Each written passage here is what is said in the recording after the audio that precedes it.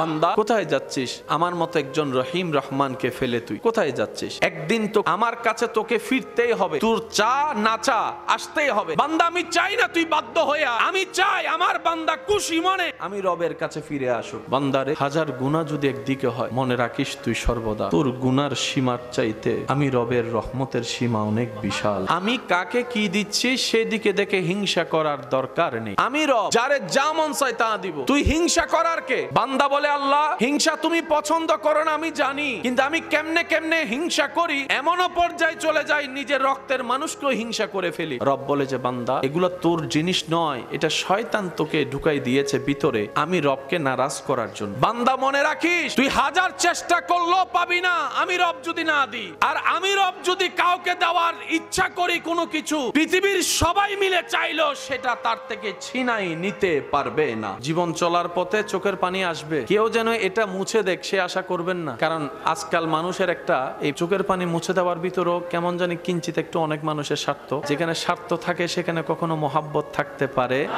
তো কখনো যদি চোখের পানি চলেও আসে দুনিয়ার কোনো কারণে, বুদ্ধিমানের মতো একটা কাজ করবেন, যাই নামাজটা বিছায়ে সিজদায় পড়ে যাবে। দুনিয়ার মানুষ আপনাকে কষ্ট দিয়েছে দুনিয়া থেকে দূরে রাখার জন্য, কিন্তু আপনি যদি সৌভাগ্যবান হন ওই কষ্টটাকে কষ্ট হিসেবে নিয়ে, অন্তরের সে ব্যথাটাকে চোখের পানি হিসেবে নিয়ে রবের দরবারে সিজদায় পড়ে যাবেন। সে আপনাকে দুনিয়া থেকে আলাদা করতে চাইছে, দুনিয়ার চোখে ফেল করাতে চাইছে, কিন্তু আপনার এই বুদ্ধিমানের ধৈর্যশীলের কাজ আপনার সিজদায় পড়ে যাওয়া আপনাকে রবের রহমতের এমন কাছে নিয়ে যাবে। সে আপনাকে ছোট্ট দুনিয়া থেকে মারুম করতে চেয়েছে, ওদিকে আপনার রব আপনার চোখের পানি দেখে খুশি হয়ে আপনাকে জান্নাতও দিয়ে দিতে পারে। বান্দা আমি তোর কাছে চাই। বান্দা বলে আল্লাহ কি চাও? সব তো তুমিই দিয়েছো, তোমার আবার কি লাগে? রব বলে যে আমি দিয়ে আবার চাই, সেটাই আমার মহাব্বত। আমি রব তোকে খাবারটা দিয়েছি, তোর ক্ষুধা লাগলে যেন ক্ষুধাটা নিবারণ হয়, কিন্তু আমি চাই ওই খাবারটা শুরু করার আগেও তুই একবার আমাকে স্মরণ করবি, খাবার শেষ করে একবার আমি রবকে স্মরণ করবি। সুবহান। বান্দা তোর পরের দিনের কাজ করার জন্য শরীরের একটা এনার্জি দরকার, সেই এনার্জি অর্জনের জন্য তোর একটা পরিপূর্ণ ঘুমের দরকার। আমি রব তোকে ঘুম এনে দিব। রব বলে যে তোর ঘুম আমি দিব, তুই ঘুমানোর আগে একবার আমাকে স্মরণ করবি, ঘুম থেকে উঠে একবার আমাকে স্মরণ করবি। বান্দা আমি চাই তোর প্রত্যেকটা কাজে তুই আমাকে স্মরণ করে শুরু কর, আমাকে স্মরণ করে তুই শেষ কর, তাহলে তোর কাজটাও হবে, বরকতও হবে, আখিরাতের জন্য পাথিও সওয়াবও হয়ে যাবে। আল্লাহ আর কি দিব তোমার জন্য? রব বলে যে যা যতটুক যাকে দিব সে ততটুক পেয়ে যেন আমি রবের দরবারে মন থেকে শুকরিয়া করে, মন থেকে খুশি হয়ে আমি রবের শুকরিয়া করে। রব বলে যে এটাই তো তোদেরকে বুঝাতে চাচ্ছি, মা গাররাকা বিরাব্বিকাল কারীম। কোথায় যাচ্ছিস আমি রবকে ফেলে? পৃথিবীর এমন কোন জিনিস তোর প্রিয় হয়ে গেল আমি রবকে ভুলে গেলি তুই? বান্দা আমি না তোর মায়ের পেটে তোর যত্ন নিয়েছিলাম, আমি না তিলে তিলে তোর শরীরটাকে গঠন করে দিয়েছিলাম, পানির ভিতর নিঃশ্বাস কেউ নিতে পারে না, আমি রব তোকে তোর মায়ের পেটের মধ্যে পানির ভিতরে নিঃশ্বাস নিয়ে বাঁচিয়ে রেখেছিলাম। সুবহানাল্লাহ। তোর কাছে পৃথিবীটা অনেক বড়। বিজ্ঞানের উন্নতির জগতে যখন তুই দেখবি এই পৃথিবীকে গিলে খেয়ে ফেলার মতো অনেক গ্রহ নক্ষত্র আছে, এমন অনেক গ্রহ নক্ষত্র আছে যেটার সামনে তোদের এই অহংকার করার পৃথিবীর কোনো অস্তিত্বই নেই। একটা সূর্যের দিকে তাকা, আমি আল্লাহর সৃষ্টি করেছি সেই সূর্য, 13 লক্ষটা পৃথিবী এক জায়গায় করলে যত আয়তন হবে সূর্য একাই ততটুকু। আমরা যে জীবন চলার পথে সবাইকে খুশি করতে চাই, খুশি রাখতে চাই, এটার মতো বোকামি কাজ আর নাই। কারণ পৃথিবীতে সবচাইতে কঠিন কাজ হচ্ছে মানুষকে খুশি রাখা, আর সবচাইতে সহজ কাজ হচ্ছে স্রষ্টাকে খুশি করা। মানুষকে হাজার দিলেও খুশি হয় না, যতক্ষণ দেয় ততক্ষণ। আর রব এত দয়াবান, বান্দার একটা সিজদা দেখলেও খুশি হয়ে যায়। বান্দা একবার রব বলে আল্লাহ বলে ডাকলেও খুশি হয়ে যায়। গাফফার বলে ডাকলে, রহমান বলে ডাকলে, খুশি করতে জানলে, খুশি হলে সারা জীবনের গুনাহ মাফ করে দেয়। সুবহানাল্লাহ। সেজন্য বুদ্ধিমানরা দুনিয়াকে খুশি করার পিছনে সময় দেয় না, দুনিয়ার সৃষ্টিকর্তাকে খুশি করার পিছনে সময় দেয়। সেজন্য মনে রাখবেন রবের বান্দা কখনো লসে নাই। তারা কাঁটা ফুটলো লাভ, গালি শুনলো লাভ, বদনাম শুনলো লাভ, অত্যাচারের শিকার হলো লাভ। কারণ বুদ্ধিমানরা বলে দুনিয়া তো চোখের পলকে একদিন, ইজা জুলজিলাতিল আরদু জিলজালাহা ওয়া আখরাজাতিল আরদু আসকালাহা, একদিন তো এমনি শেষ হবে, অমনেও শেষ হবে। জান্নাত তো শেষ হবে না, জান্নাত তো শেষ হবে না। আল্লাহ দুনিয়া দরকার নাই, জান্নাতে আমাকে ঘর দিও, তারাই সফল হয়ে যায়। সুবহান। জীবন চলার পথে এমন কারো সাথে দিলকে এমন ভাবে লাগাবেন না যে সে চলে গেলে আপনাকে থমকে যেতে হয়, সে চলে গেলে আপনার জীবনের 24টা ঘন্টার রুটিন পাল্টাই যাবে, এমন কারো সাথে দিল লাগানো যাবে না। পৃথিবীর প্রত্যেকটা কিছুই এরকম। আপনি যদি মনে করেন মানুষটা চেঞ্জ হয়েছে, কেন আফসোস করার কিছু নেই, মানুষ যেহেতু চেঞ্জ হবেই। ছোটবেলার চেহারা কি এখন আছে? মানুষ যত বয়স্ক হয় তত তাদের অভিজ্ঞতা বাড়ে, চেঞ্জ হয়, চেঞ্জ হওয়াটাই মানুষের ফিতরত। কখনো কোনো মানুষকে একরকম আশা করবেন না। সামনের জন্য পরিবর্তনশীল, আপনিও পরিবর্তনশীল। আর যদি আপনি চান পরিবর্তন ছাড়া একদম রিয়েল লাভটা আপনি পেতে থাকেন, তাহলে চোখ বন্ধ করে বান্দা হিসেবে রবের সাথে সম্পর্ক করুন, উম্মত হিসেবে নবী রাহমাতুল্লিল আলামিনের মহাব্বতের সাগরে ডুব দেন। সেজন্য জীবন চলার পথে কারো হাত ধরেও হাঁটার দরকার নাই, কেউ আপনার হাত ধরে হাঁটুক সে আশা করার দরকার নেই। আপনি শুধু দেখবে সবাই আপনি একা চলছেন। কেউ যদি জিজ্ঞেস করে তুই একা কেন, একা বাঁচস কেন, আপনি বলবেন আমি একা কই, সর্বদা তো আমার রবের রহমত আমার মাথার উপরেই আছে। তুই না দেখছিস ভাই আমি একা, আমি আসলে একা না তো, আমার রব আমাকে কখনো একা ছাড়েই নাই। যেই টাইমে আমার পৃথিবীর ভালোবাসার মানুষ আমার খেয়াল রাখতে পারে নাই, সবাই ঘুমিয়ে গিয়েছে, ওই ঘুমের জগতও আমার রব আমাকে প্রতি সেকেন্ডে নজর রেখেছে, খেয়াল রেখেছে, ভালোবেসেছে। রব বলে বান্দা, দুনিয়ার মানুষ অপরাধীদেরকে খুঁজতে থাকে, ডাকতে থাকে, ধরতে থাকে সাজা দেওয়ার জন্য, আর আমি রহমান গুনাহগারদেরকে ডাকতে থাকি ক্ষমা করে দেওয়ার জন্য। দুনিয়ার মানুষ অপরাধীদেরকে ধরতে থাকে সাজার মঞ্চে পৌঁছাই দেওয়ার জন্য, ফাঁসির মঞ্চে পৌঁছাই দেওয়ার জন্য। রব্বুল আলামিন বলে আমি শ্রেষ্ঠ শ্রেষ্ঠ পাপীদেরকে সুযোগ দিতে থাকি, ডাকতে থাকি আমার রহমতের দিকে, জান্নাতে একটা ঘর দেওয়ার জন্য। সুবহান আল্লাহ গো, নামাজে দাঁড়ানো মানে তো তোমার দরবারে হাজিরা দেওয়া। সুবহানাল্লাহ। আল্লাহ কোরআন তেলাওয়াত করা মানে তো তোমার সাথে কথা বলা। আল্লাহ রুকু করা মানে তো তোমার দরবারে অহংকারকে মিটিয়ে দিয়ে ঝুঁকিয়ে যাওয়া। আল্লাহ সিজদা করা মানে আমিত্ব অহংকার সব বিলীন করে নিজেকে পানির সাথে মাটির সাথে মিশাই দিয়ে বান্দা তোমার দরবারে ঝুঁকে যাওয়া। আল্লাহ গো, যে তোমার দরবারে ঝুঁকে সে তো খালি হাতে যেতে পারে না, যে তোমার দরবারে ঝুঁকে সে তো কখনো ব্যর্থ হতে পারে না। কারণ আমি নামাজ পড়েছি, কিন্তু সেই নামাজ আমার কি রকম হয়েছে আমি ভালো করে জানি। যখন দাঁড়িয়েছিলাম সূরা ফাতিহা পড়ছি তখন অন্য ধ্যানে ছিলাম আমার মন, যখন রুকু সিজদা করেছি কেমন জানি অন্য জগতে আমার মন চলে গিয়েছে। আমি পরিপূর্ণভাবে তোমার দিকে স্মরণ দিতে পারিনি মওলা। আল্লাহ যা আছে সেটার উপরও আমার কোনো এতেমাদ নাই, কারণ আমি পরিপূর্ণ করতে জানিনি। রব বলে বান্দা চেষ্টা করেছিস তো, এটাই আমি রব খুশি হয়ে যাও। তুই পরিপূর্ণ পারবি না সেটা রব আমি আগে থেকেই জানি। গুনাহ তার তোর সকালে দুপুর রাতে হবে সেটা আমি রব ভালো করে জানি। সময়ের পরিবর্তনে গুনাহ করাটা সহজ হয়ে যাবে সেটাও আমি রব জানি। অন্যের জন্য নিজের ক্ষতি করা এর চাইতে বড় বোকামি আর কিছু হতে পারে না। তো কেউ আপনাকে কাঁদাতে চাচ্ছে আপনি কান্না করছেন, কেউ আপনাকে গর্তে ফেলতে চাচ্ছে আপনিও গর্তে পড়তেছেন, তাহলে জয় তো সে এমনি হয়ে যাবে। যুদ্ধে তার টিকতে পারলেন না। জীবন মানে যুদ্ধের ময়দান, এই যুদ্ধের মধ্যে কখনো পরাজয় হওয়া যাবে রবের বান্দা নবী রাহমাতুল্লিল আলামিনের উম্মত কখনো পরাজয় হতে পারে। এই পৃথিবীতে আপনি যতদিন বাঁচবেন আপনি হাজার চেষ্টা করলেও দুঃখ কষ্ট থেকে পালাতে চাইলেও পারবেন। আপনাকে দুঃখ কষ্টের ভিতর দিয়ে যেতে হবে, কারণ এটা দুনিয়া, এটা জান্নাত নয়। এখানে মহাসুখ চিরস্থায়ী সুখ বলতে কোনো শব্দ, এখানে আপনি শুধু অভিনয় করে যাবেন দুনিয়ার সাথে তাল মিলিয়ে, রবের উপর ভরসা রেখে ধৈর্য ধরে নবীর প্রেম নিয়ে কঠিন রাস্তাও আপনার জন্য খুলে দিবেন রব্বুল আলামিন। সুবহানাল্লাহ। কখনো মন খারাপ করা যাবে? যা হওয়ার হয়ে গেছে, তুফান আসছে চলে গেছে, ভূমিকম্প আসছে চলে গেছে, জীবন একটা ট্র্যাজেডি আসছে চলে গেছে। অতীত নিয়ে বসে থেকে ভবিষ্যৎ নষ্ট করার কোনো দরকার। আর আমাদের জীবনে বেশিরভাগ ভুল, বেশিরভাগ বলা মুসিবত আমাদের ভুল সিদ্ধান্তের কারণেই হয়। আমরা বেশিরভাগ সময় তার কেটে ফেলে আছি, কিন্তু রব এত দয়াবান, বারবার ফেল করার পরও রব ডাক দিয়ে বলে বান্দারে লা তাকনাতু মির রাহমাতিল্লাহ, আমি আল্লাহর রহমত থেকে নিরাশ হইস না, মন ছোট করিস না। টার্গেট ফিল আপ করতে না পেরে যত গুনাহ করেছিস তুই তওবা কর, আমি আল্লাহ ক্ষমা করে দিতে রাজি আছি। সুবহানাল্লাহ।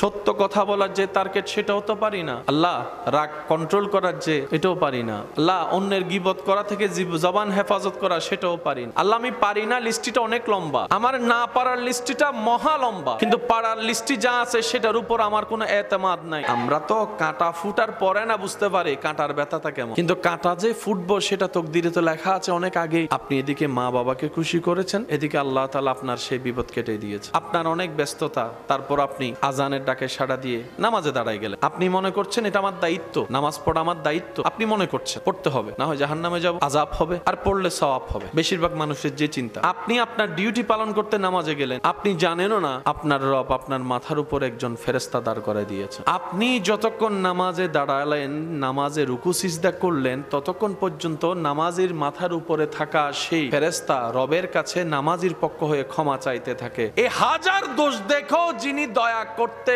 কার্পণ্য করেন না, তিনি আমাদের রহমান, তিনি আমাদের রহিম। যদি সিস্টেম এমন হতো, কেউ যদি একটা গুনাহ করো, চেহারায় একটা তোমার বিচি উঠবে, ফোড়া উঠবে, আজ কারো চেহারার দিকে কেউ তাকাতে পারতাম না। যদি রব সিস্টেম করতেন এটা, আমি রবকে একবার নারাজ করবা, তোমার শরীর থেকে এই ধরনের লক্ষণ দেখা যাবে, যেটা সমাজে প্রকাশ করাটাই লজ্জাকর হবে, দুর্গন্ধ বের হবে। আজকে কেউ কারো পাশে বসতে পারতাম না। হাজার অপরাধ করেও এখনো যে ছায়া তলে বসে আছি রহমতের, এটা রহমানের দরবার বলেই পারছি, আমাদের রব রহিম বলেই পারছি। সুখ শান্তি হয় টাকা পয়সাই নয়, রবের রহমতে। একটা নিঃশ্বাস কিনা যাবে, প্রাডো কিনতে পারবেন, ল্যান্ড ক্রুইজার কিনতে পারবেন, মার্সিডিজ টাকা দিয়ে কিনতে পারবেন। একটা নিঃশ্বাস কিনা যায় না, একটা নিঃশ্বাস কিনা যায় না।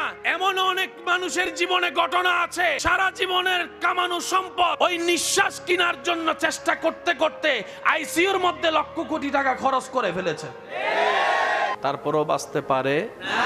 খুব দ্রুত গতিতে আমাদের হায়াত শেষ হয়ে যাচ্ছে। চোখের পলকে কেমন জানি সকাল সন্ধ্যা হয়ে যায়, শনিবার কেমন জানি দ্রুত গতিতে বৃহস্পতিবার পার হয়ে শুক্রবারে জুমার দিনে চলে আসে। কল্পনার বাইরে চিন্তা করা, ভাবনা করার আগে আমাদের জন্য আল্লাহ তাআলা যতটুক হায়াতের ভিসা বাজেট করেছেন, বাজেট করে দিয়েছেন, এই সময়গুলা শেষ হয়ে যাচ্ছে। এই হায়াতকে পরকালে সুখে থাকার জন্য, শান্তিতে থাকার জন্য যেই পরিমাণ যেইভাবে কাজে লাগানোর দরকার ছিল, আপনি আমি আমরা কেউ সেভাবে পরিপূর্ণভাবে কাজে লাগাতে কেউ পারি। মনে হয় অর্জন করেছি অনেক কিছুই, মনে হয় দুনিয়াতে থেকেছি অনেক বছর, এই ধারণা কম বেশি সবার মানুষের, সব মানুষের মাথায় আসে। অনেকে তো এমনও চিন্তা করে সময় যাচ্ছে না কেন, সময় কাটছে না কেন বলে আফসোস করে। কিন্তু যারা আইসিইউতে আছে, এই সমস্ত মানুষরা একটা সেকেন্ড বাঁচার জন্য কত ফরিয়াদ করতেছে। আপনার এই জায়গায় ঈমান বিশ্বাস যেমন আপনি পাবেনও তেমন। আপনি যদি বলেন যে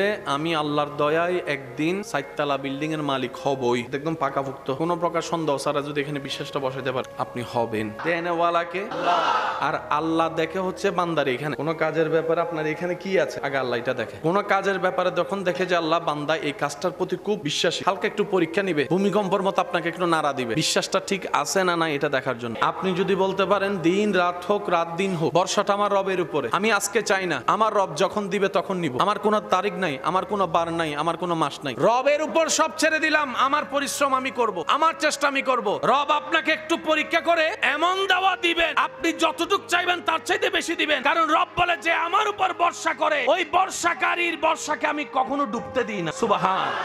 বিশেষ এটা রাখিস না বান্দা, আমি এটা দেখলে খুশি হয়, আমি রব যখন আমার বান্দা এই বিশ্বাসটা করে, আমি রবের খুশি লাগে, তখন আমার দিতে ভালো লাগে। আল্লাহ এটা দেখতে চায়। রব বলে যে আমি তো চাই এটা, আমি রব তো চাইলে অসম্ভব সম্ভব করি, তো তোরা বিশ্বাস কর না এটা, তোরা বিশ্বাস করতে দেখলে তো আমি রবের খুশি লাগে, তখনই তো আমি ইন্নাল্লাহ আলা কুল্লি শাইইন কাদির। ডাক্তারে বলে বাঁচবে না, ইন্ডিয়া বলে বাঁচবে না, লন্ডন বলে বাঁচবে না, আমেরিকা বলে বাঁচবে না, সব ডাক্তার ভোট করে বলে যে বাঁচবে না, আমি আল্লাহ চাইলে সেখান থেকে আবার নতুন করে বাঁচাই দিতে পারি। সুবহান।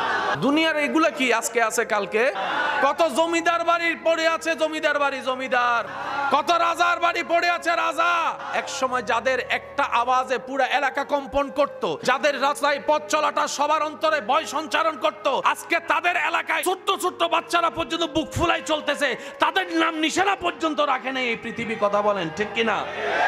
মানুষ হিসেবে গোল্ডেন এ প্লাস অর্জন করেন, বান্দা হিসেবে গোল্ডেন এ প্লাস অর্জন করাটাই সবচেয়ে বড় বাহাদুরির কাজ। নবী রাহমাতুল্লিল আলামিনের উম্মত হিসেবে গোল্ডেন এ প্লাস পাওয়াটাই মহা সৌভাগ্যের কাজ। কখনো একা মনে করা যাবে না, চলবেন একা, থাকবেন একা, বাঁচবেন একা, সবাই আপনার সাথে আছে, দিলটা আপনি কারোর সাথে লাগাবেন না। দুনিয়াতে যাই অর্জন করি না কেন, খাবে অন্যরাই। আজকে এখন আপনার সারা শরীরে যা আছে, কাপড় চোপড়, মোবাইল, টাকা, এই মুহূর্তে আপনি মারা যান, একটা জিনিসও আপনার সাথে কবরে দিবে না। আপনার মোবাইলটা আপনার ভাই বোনে নিয়ে যাবে, বউ থাকলে বউয়ে নিয়ে যাবে, আপনার টাকাটা আপনার ঘরের মানুষে নিয়ে যাবে। আপনার কাপড়টা হয়তো আপনার ছোট ভাইয়েরা পড়া শুরু করে দিবে, যা আপনার তাই অন্যের। সেজন্য বুদ্ধিমানরা দুনিয়াতে কোনো কিছুই নিজের মনে করে না। মনে রাখবেন আমার ইমানদার ভাইয়েরা, দুনিয়াতে আপনার আমার বলতে আছেই শুধু অল্প জিনিস। একটা আছে আমাদের নিজস্ব বলতে, সেটার নাম হচ্ছে নেক আমল, আর একটা হচ্ছে ঈমান। এই দুইটা জিনিস ছাড়া দুনিয়া থেকে কবরে নেওয়ার মতো আপনার আমার আপন বলতে কোনো জিনিস, আর সবগুলা হচ্ছে অন্যের। নিজের বলতে কিছু, নিজের বলতে আছে শুধু ঈমান আর নেক আমল। সেজন্য বুদ্ধিমানরা ওই দুইটা অর্জন আগে করে, আর এগুলা এমনি এমনি চলতে থাকে। হাজার কোটি টাকার মালিক, টেবিল ভর্তি খাবার, খাইতে পারে না। স্যার একটু খান, আপনার জন্য রান্না করেছি। বলে যে না, ডাক্তার নিষেধ করেছে। এটা খান, ডাক্তার নিষেধ করেছে। ওইটা খান, ডাক্তার নিষেধ করেছে। খাবার তো সামনে, পেটে ক্ষুধাও আছে, খেতে তো পারে না। টাকা থাকলে খাওয়া হয় না, রবের এজাজত লাগে। কথা বলেন ঠিক কিনা? আবার অন্যদিকে দেখেন, টাকা পয়সা তেমন কিছু নাই, নুন দিয়া ভাত দিয়া শাক দিয়া খাইয়া নাকটাই না ঘুমাইতেছে। অনেকে নরম বিছানায় যে শান্তির ঘুম ঘুমাতে পারে না, এমন অনেক বান্দা আছে রোদের মধ্যে, রিকশার মধ্যে, গাছের ছায়ায় বসে লম্বা ঘুম, নাক টেনে টেনে। আমাদের একটু বুঝটা খোলা দরকার। আমরা মনে করি এগুলা দিয়ে আসে। আপনি বলতে পারেন টাকা দিয়ে সব হয়, আপনি নিজে প্রশ্ন করেন টাকা দিয়ে কিচ্ছু হয় না, কিচ্ছু হয় না, কিচ্ছু হয় না। ওই টাকার ইনকামের উপর যখন রবের রহমত হয়, তখন সেটা দিয়ে অনেক কিছু হয়ে যায়। মানুষ সুখে থাকার জন্য, ভালো থাকার জন্য XYZ যে কোনো ভাবে ইনকাম করা, টাকা কামানোর একটা চেষ্টা করে। এইভাবে টাকা কামাতে কামাতে ন্যায় অন্যায় বিবেচনা না করে সে 40 বছর পর্যন্ত প্রায় 40 কোটি টাকা কামাইছে। এই 40 কোটি টাকার অঙ্কটা পৌঁছাতে ওনার বয়স গিয়েছে কত? 40। এবার 40 বছর পরে কেউ যদি ওনার মাথায় পিস্তল ঠেকায় বলে লিহি দে, দিবে নাকি দিবে না?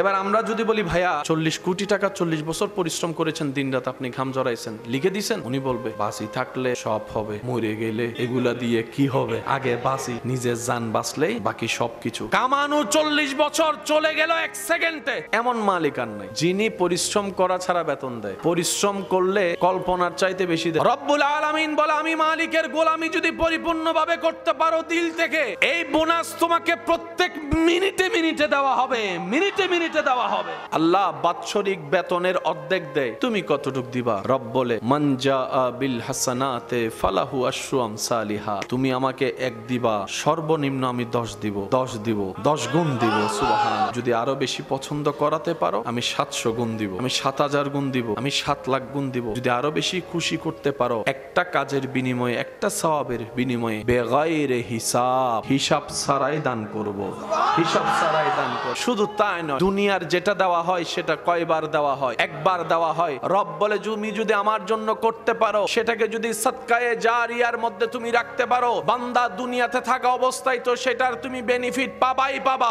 পাবাই পাবা। যখন পৃথিবীর সবাই তোমাকে জোর করে ধরে অন্ধকার কবরে রেখে আসবে, কিয়ামত পর্যন্ত ওই কাজের সদকায়ে জারিয়ার সওয়াব আমি আল্লাহ তোমাকে দিতেই থাকবো। সুবহানাল্লাহ।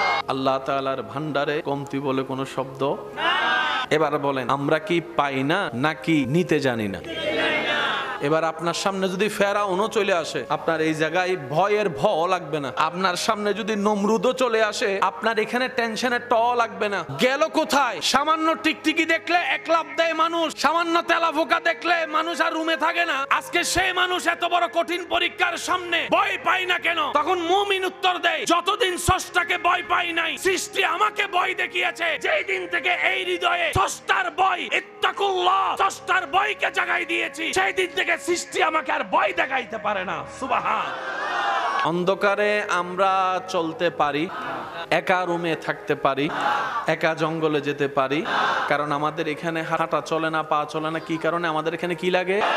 কিসের ভয়? অনেক সময় এমন এমন ভয় পাই, কারে ভয় পাই, ভয় লাগতেছে কিন্তু কিসের ভয় জানি না। আমরা যে কখন কি কারণে কারে ভয় পাই, কিসকে ভয় পাই সেটাও জানি না। ভয় আমাদেরকে কন্ট্রোল করে, করাচ্ছে কে? শয়তান, যেন আমরা সামনের দিকে এগোতে না পারি। এবার আপনি কি করলেন? নবীর প্রেম নিয়ে, আদব নিয়ে, আল্লাহর ভয় নিয়ে অন্তরকে আলোকিত করে ফেলছেন। আলোর জায়গায় অন্ধকারের মতো শয়তান আসতে পারে, এবার সে আপনাকে আর ওই ভয়টা দিতে পারে না। এবার বুঝতে পেরেছেন কিভাবে আল্লাহর ওয়ালারা, আল্লাহর প্রিয় বান্দারা সবকিছু ফেলে জঙ্গলে গিয়ে ইবাদত করছে। উনি ইবাদত করেছেন, পরে গিয়েছেন তো আগে, যাওয়ার সেই ভয়টা গেল কোথায়? নাই। পিস্টান বলো তো একটা শব্দ আছে, মায়া বলো তো একটা শব্দ আছে, পরিবারের টান বলো তো শব্দ আছে, সন্তানের টান বলো তো শব্দ আছে, বউয়ের টান বলো তো শব্দ আছে, মা বাবার টান বলো তো শব্দ আছে। হাজার টানের চিহ্ন করে উনি বছরের পর বছর জঙ্গলে কাটালেন কিভাবে? আমরা তো পারতাম না, উনি পারলেন কিভাবে? উনি কি করলেন? ভয়ের জায়গাটা টাকাটা রবের নামে রেজিস্ট্রি করে দিয়েছেন, টেনশনের সমস্ত কিছু রবের উপর ছেড়ে দিয়েছেন, মায়া সব ভালোবাসা সব আল্লাহ এবং রসুলের জন্য উৎসর্গ করে দিয়েছেন। এবার তার দিলে শয়নে স্বপনে আল্লাহ এবং রসুল, দুনিয়া তাকে আর চম্বুকের মতো টানতে পারে। এখন যখন দুনিয়ার মাধ্যমে শয়তান যখন চম্বুকের মতো টানতে পারে না, আল্লাহর রহমত ওনাকে টানতে শুরু করেছে, রহমত টানতে শুরু করেছে, রহমত ওনাকে টানতে শুরু করেছে। এই টানতে টানতে এই দুনিয়ার থেকে ওনাকে জান্নাতের দরজা পর্যন্ত পৌঁছায় দিবে। সুবহান। প্রত্যেকটা কিছুর একটা সিস্টেম, একটা নিয়ম, নিয়ম মোতাবেক কাজ করার দরকার আছে না?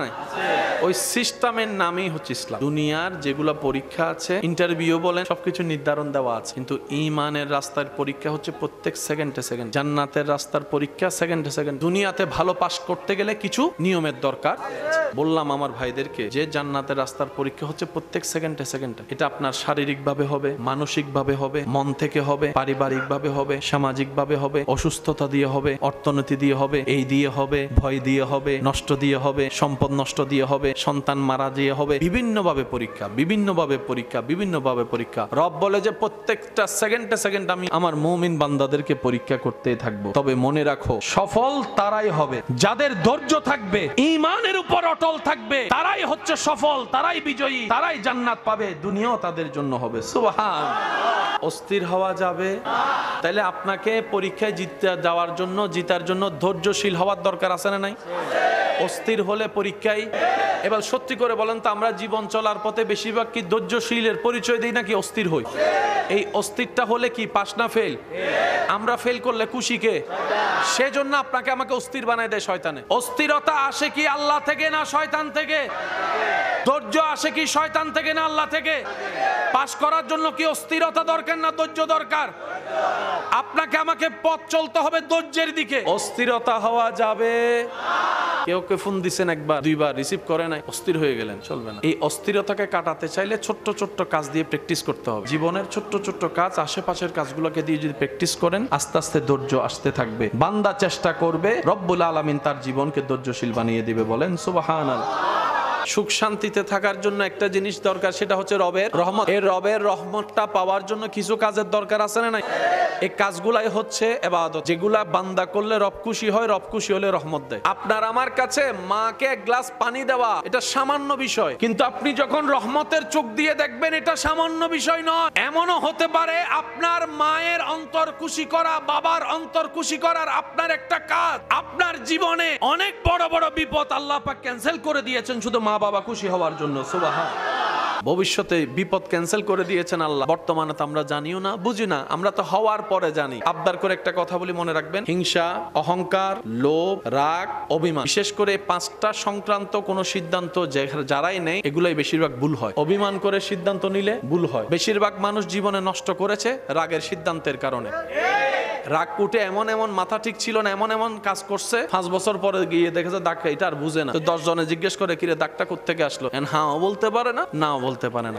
অভিমান করে 10টা ঘুমের ওষুধ খেয়ে ফেলছে। এখন যখন ঘুম থেকে উঠে না, সবাই মিলে ধরে মেডিকেল নিয়ে বমি করাই ফেলছে, ওষুধ বের করছে, কিন্তু আগের আর পরিবেশ নাই, আজীবন কষ্ট পাওয়া লাগতেছে। একটু মাথায় রাখবেন, রাগ, অভিমান, হিংসা, অহংকার, লোভ, এই 5টা সংক্রান্তর কোন একটা বিষয় যদি সিদ্ধান্ত নেওয়া হয়, এখানে 99.99% ভুল সিদ্ধান্ত নেওয়া হয় বেশি। এটাই চিরসত্য কথা। যাই সিদ্ধান্ত নেবেন, এই 5টা থেকে নিজেকে মুক্ত করেই নেবেন। দরকার হলে 5টা মিনিট সময় দেবেন, নিজেকে একটু সময় দিয়ে রাগ, হিংসা, লোভ, অহংকার থেকে, অভিমান থেকে একটু বের হয়ে আসবেন। টেনশন কাদের? যাদের এখনো সেই বিশ্বাসটা পরিপূর্ণ হয়, টেনশন তাদের। আর যারা এই বিশ্বাস পরিপূর্ণ এখানে স্থান দিতে পেরেছে, ওনারা কারবালার ময়দানে গিয়েও মুখে হাসি রাখতে পেরেছে। ওনারা আগুনের সামনেও পড়ে ইব্রাহিম নবী মুস্কি হাসি হাসতেই আছে, ইউনুস নবী মাছের পেটে মুস্কি হাসি হাসতেই আছে, বিভিন্ন পয়গম্বর বিভিন্ন আপদ মুসিবতে পড়ে মুস্কি হাসি হাসতেই আছে। ইউনুস নবী বলে, মাছ তোর পেটে অন্যরা আসলে এতক্ষণ শেষ, কিন্তু আমি জানি আমাকে তুই শেষ করতে পারবি না, রবের হুকুমে। আর আমার রবের হুকুম না আসা পর্যন্ত আমি ইউনুসের একটা পশমও কেউ বাঁকা করতে পারবে না। আমি ইউনুসের অন্তর আমার রবের প্রতি এই বিশ্বাস, এই তাওয়াক্কুল আছে। সুবহানাল্লাহ। ইব্রাহিম নবী বলে একটু আগুন জ্বালানি কেন, আরো জ্বালা, আরো জ্বালা, পুরো এলাকা ধরে আগুন জ্বালা, গাছ রাখলি কেন, সব এনে কেটে ফেল, পেট্রোল ঢেলে দে, কেরোসিন ঢেলে দে। সবাই বলে ইব্রাহিম নবী আপনি তো জ্বলে যাবেন। ইব্রাহিম নবী বলে যে তোদের চিন্তা, এটা তোদের দৃষ্টি, আমি ইব্রাহিমের একটা পশমও জ্বলবে না, আমি ইব্রাহিমের একটা পশমও জ্বলবে না, আমি ইব্রাহিমের একটা পশমও জ্বলবে না। ও নবী ইব্রাহিম, আগুনের ধর্ম তো জ্বালিয়ে ফেলা। আগুন তো কখনো আপন বন্ধু পর দেখে না, আপন দেখে না।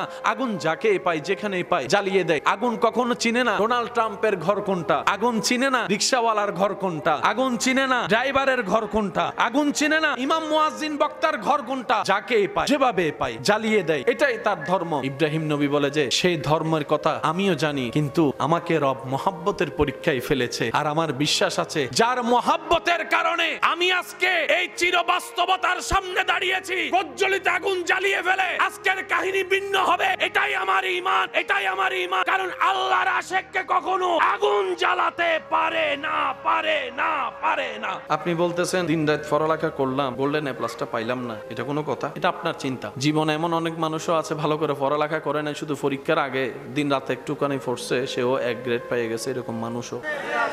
তার সংসারও চালানো লাগে, পড়ালেখাও করা লাগে, এমন অনেক ভাইয়েরা আছে না?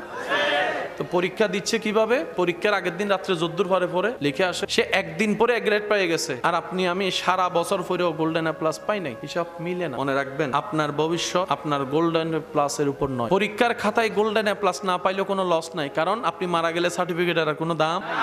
মানুষ এস্টাবলিশ হওয়ার জন্য কত পরিশ্রম করে। অনেকে নিজের এলাকা ছেড়ে চট্টগ্রাম চলে আসছে, ব্যবসা করে, চাকরি করে, একসময় অন্য চাকরি করতো, এখন মোটামুটি ব্যবসা করে লাইন টাইন হয়েছে। অনেক কষ্ট করে থাকার জন্য একটা ঘর বানাইছে, ব্যবসা হয়েছে, জীবন চলার জন্য যা দরকার সব হয়েছে। কোনো কারণে যদি ওনাকে বলা হয় যে আপনি এখান থেকে চলে যান, মানবে? হ্যাঁ, যদি জানের উপর হামলা আসে তখন হয়তো ছাড়বে, কিন্তু মন থেকে ছাড়বে। আবার যখন পরিবেশ স্বাভাবিক হবে, আবার এটাই তো নিয়ম। নবী রাহমাতুল লিল আলামিনকে আল্লাহ পাঠালেন মক্কায়, দাদার বাড়ি মক্কায়, জন্মস্থান মক্কায়। আর প্রত্যেকটা মানুষের জন্মস্থানের প্রতি আলাদা একটা ভালোবাসা, টান সবারই। ওই অঞ্চলটা আপনার চোখে খারাপ হতে পারে, কিন্তু ওই অঞ্চলে যারা জন্মগ্রহণ করেছে তার জন্য পৃথিবীতে সবচাইতে দামি জায়গা হচ্ছে ওর জন্মস্থান, যার যার ভালোবাসা। আল্লাহ তাআলা নবীকে বললেন, হাবিব মক্কা ছেড়ে দেন। যেখানে নবী জন্ম হয়েছেন, আগমন করেছেন, মিলাদ হয়েছে যেখানে নবী, সেখান থেকে আল্লাহ পাক বলছেন, হাবিব কাবা আমাদের সবার সম্মানের জায়গা, আছে না? মনে রাখবেন পৃথিবীর সৃষ্টি থেকে যখন থেকে কাবা, তখন থেকেই মানুষের কাছে কাবা সর্বদাই সম্মানিত। কাবার সম্মান কখনো কমে। এটা যখন ওই বিভিন্ন জনে যার যার হাতে ছিল, সবাই সম্মানে মূল কেন্দ্রবিন্দু কাবাই ছিল। আবু জাহেলের মতো বাটফারও কাবাকে সম্মান করত। অর্থাৎ কাবাটা কোনো নির্দিষ্ট জন্য না, এটা সবার জন্য ছিল, সবাই সম্মান করত। কাবার একটা ভালোবাসা আছে না? আল্লাহ পাক বললেন, হাবিব কাবা ছেড়ে চলে যান। পরীক্ষাটা দেখেন, পরীক্ষাটা জন্মস্থান ছেড়ে চলে যান, কাবা ছেড়ে চলে যান। যে পথে আপনি হেঁটেছেন, বড় হয়েছেন, পথটা ছেড়ে চলে যান। আপনার ঘর ছেড়ে চলে যান, ব্যবসা ছেড়ে চলে যান, আত্মীয় ছেড়ে চলে যান। আমরা হলে প্রশ্ন করতাম, ইয়া আল্লাহ, সব এত কষ্ট করে জোড়াইলাম, এখন সুখ নেওয়ার টাইম, এখন চলে যেতে বলছেন। হাজার প্রশ্ন আপনার আমার। আল্লাহ নবী বলে, আল্লাহ আপনি হুকুম দেন, আমি মুস্তাফা সাল্লাল্লাহু আলাইহি ওয়াসাল্লাম প্রস্তুত আছি। আচ্ছা, এটা তো নবীর র‍্যাঙ্ক, নবীর র‍্যাঙ্কে তো কেউ পৌঁছাতে পারবে। এবার তৎকালীন সময়ে, এখন না বাবা, মক্কা শরীফে যাইতে কোনো বান্দা, তওয়াফ করতে কোনো বান্দা, আল্লাহর নাম জিকির করতে কোনো বান্দা, নামাজ পড়তে কোনো বান্দা। কিন্তু যে সময় প্রথমে কলমা পড়েছিলেন যারা, তখন তো পরিবেশ এমন ছিল। এবার যারা কালিমা পড়েছেন মক্কায়, ওনাদের ব্যবসা আছে না নাই? পরিবার, মা, বাবা, স্ত্রী, সন্তান, ঘর, বাড়ি, টাকা, পয়সা, সবগুলো হচ্ছে মক্কা। এবার আল্লাহ কিভাবে মহব্বতের পরীক্ষা নিচ্ছেন দেখেন। আল্লাহ বললেন, হাবিব আপনি চলে যান। আল্লাহ কিন্তু কোন সাহাবাকে যেতে নির্দেশ দেননি। আল্লাহ হিজরতের অনুমতি দিলেন কাকে? নিজের হাবিবকে, নবীকে। সাহাবাদেরকে দেননি। আল্লাহ সাহাবাদের ঈমান পরীক্ষা করতেছেন, মহব্বত পরীক্ষা করতেছেন। একদিকে ঘর, একদিকে বাড়ি, ব্যবসা, স্ত্রী, পুত্র, মা, বাবা, সম্পর্ক, সম্পদ সব, আর এদিকে আল্লাহর হাবিব, ঈমান, জান্নাত। মক্কা থেকে মদিনায় হিজরত করতেছেন। আল্লাহ পাক বলে, আমি দেখতে চাই আজকের দিনে কারা দুনিয়া নিয়ে পড়ে থাকে আর কারা আমার হাবিবের দিকে দৌড়ে যায়। আমি এটা দেখতে চাই। অর্জন করা অনেক কঠিন, সেটাকে নতুন ভাবে আনা আরো বড় কঠিন। সাহাবায়ে কেরাম, আবু বকর সিদ্দিক বলে, ইয়া রাসূলুল্লাহ, আল্লাহ যদি আপনাকে ইজাজত দেয় আমি আপনার সাথে যাব। আবু বকর, তোমার ব্যবসা? তো ইয়া রাসূলুল্লাহ, ব্যবসা কি, পরিবার কি? আমার মা বাপ, ব্যবসা, আমার সবকিছু তো আপনি নবী এবং আল্লাহর জন্য কোরবান অনেক আগেই করে দিয়েছি। আমার এই দিলের জায়গায় যেখানে পিস্টান দেয়, সে পিস্টান তো রাখি নাই। সম্পদের যে অর্জনের মায়া, যেটা অন্য কেউ বুক করবে, সেই হিংসাটাও তো রাখি নাই। কারণ আমি আবু বকরের পুরা সিনার মধ্যে আল্লাহর ভয় দিয়ে ভরপুর, আপনি নবীর প্রেম দিয়ে ভরপুর করে ফেলেছি। সুবহান। আমি আবু বকরের সম্পদ চলে যাবে, আমি জানি। আমি আবু বকরের দোকান চলে যাবে, আমি জানি। ব্যবসা চলে যাবে, আমি জানি। আমার ঘর অন্যরা দখল করবে, আমি জানি। আমার পরিবার আত্মীয়ের উপর অন্যরা অত্যাচার করবে, সেটাও জানি। এমনকি চলার পথে আমি আবু বকরের জানও চলে যেতে পারে, আমি জানি। সিদ্দিক আকবর বলে, ইয়া রাসূলুল্লাহ, জান যাবে তো যাবে, আল্লাহর বন্ধুকে আমি ছাড়বো না, একা ছাড়বো না, একা ছাড়বো না। জান চলে যা, নবী আপনার প্রেমে জান পর্যন্ত কোরবান করে দিতে রাজি। 40 বছরের সম্পত্তি জায়গায় কি হয়েছিল? যখন জানের প্রশ্ন আসছে, সম্পত্তি সব আগে জান বাঁচক। সাহাবায়ে কেরাম বলে যে শুধু সম্পদ না, জান সহ কোরবান, জান সহ কোরবান, জান সহ কোরবান। এবার ঘটনা যখন ঘটছে, তাকিয়ে আছেন কে?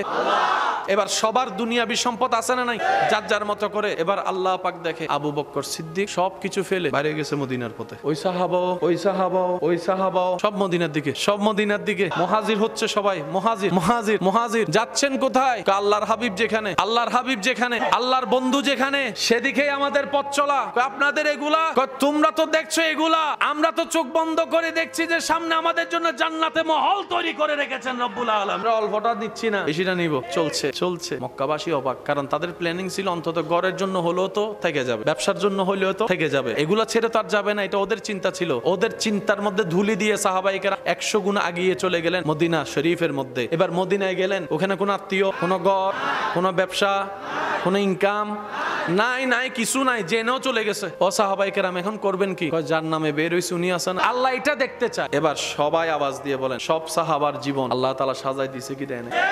সম্মান কমাই দিছে না বাড়াই দিছে? যা হারাইছে তার চাইতে কম পাইছে না বেশি পাইছে?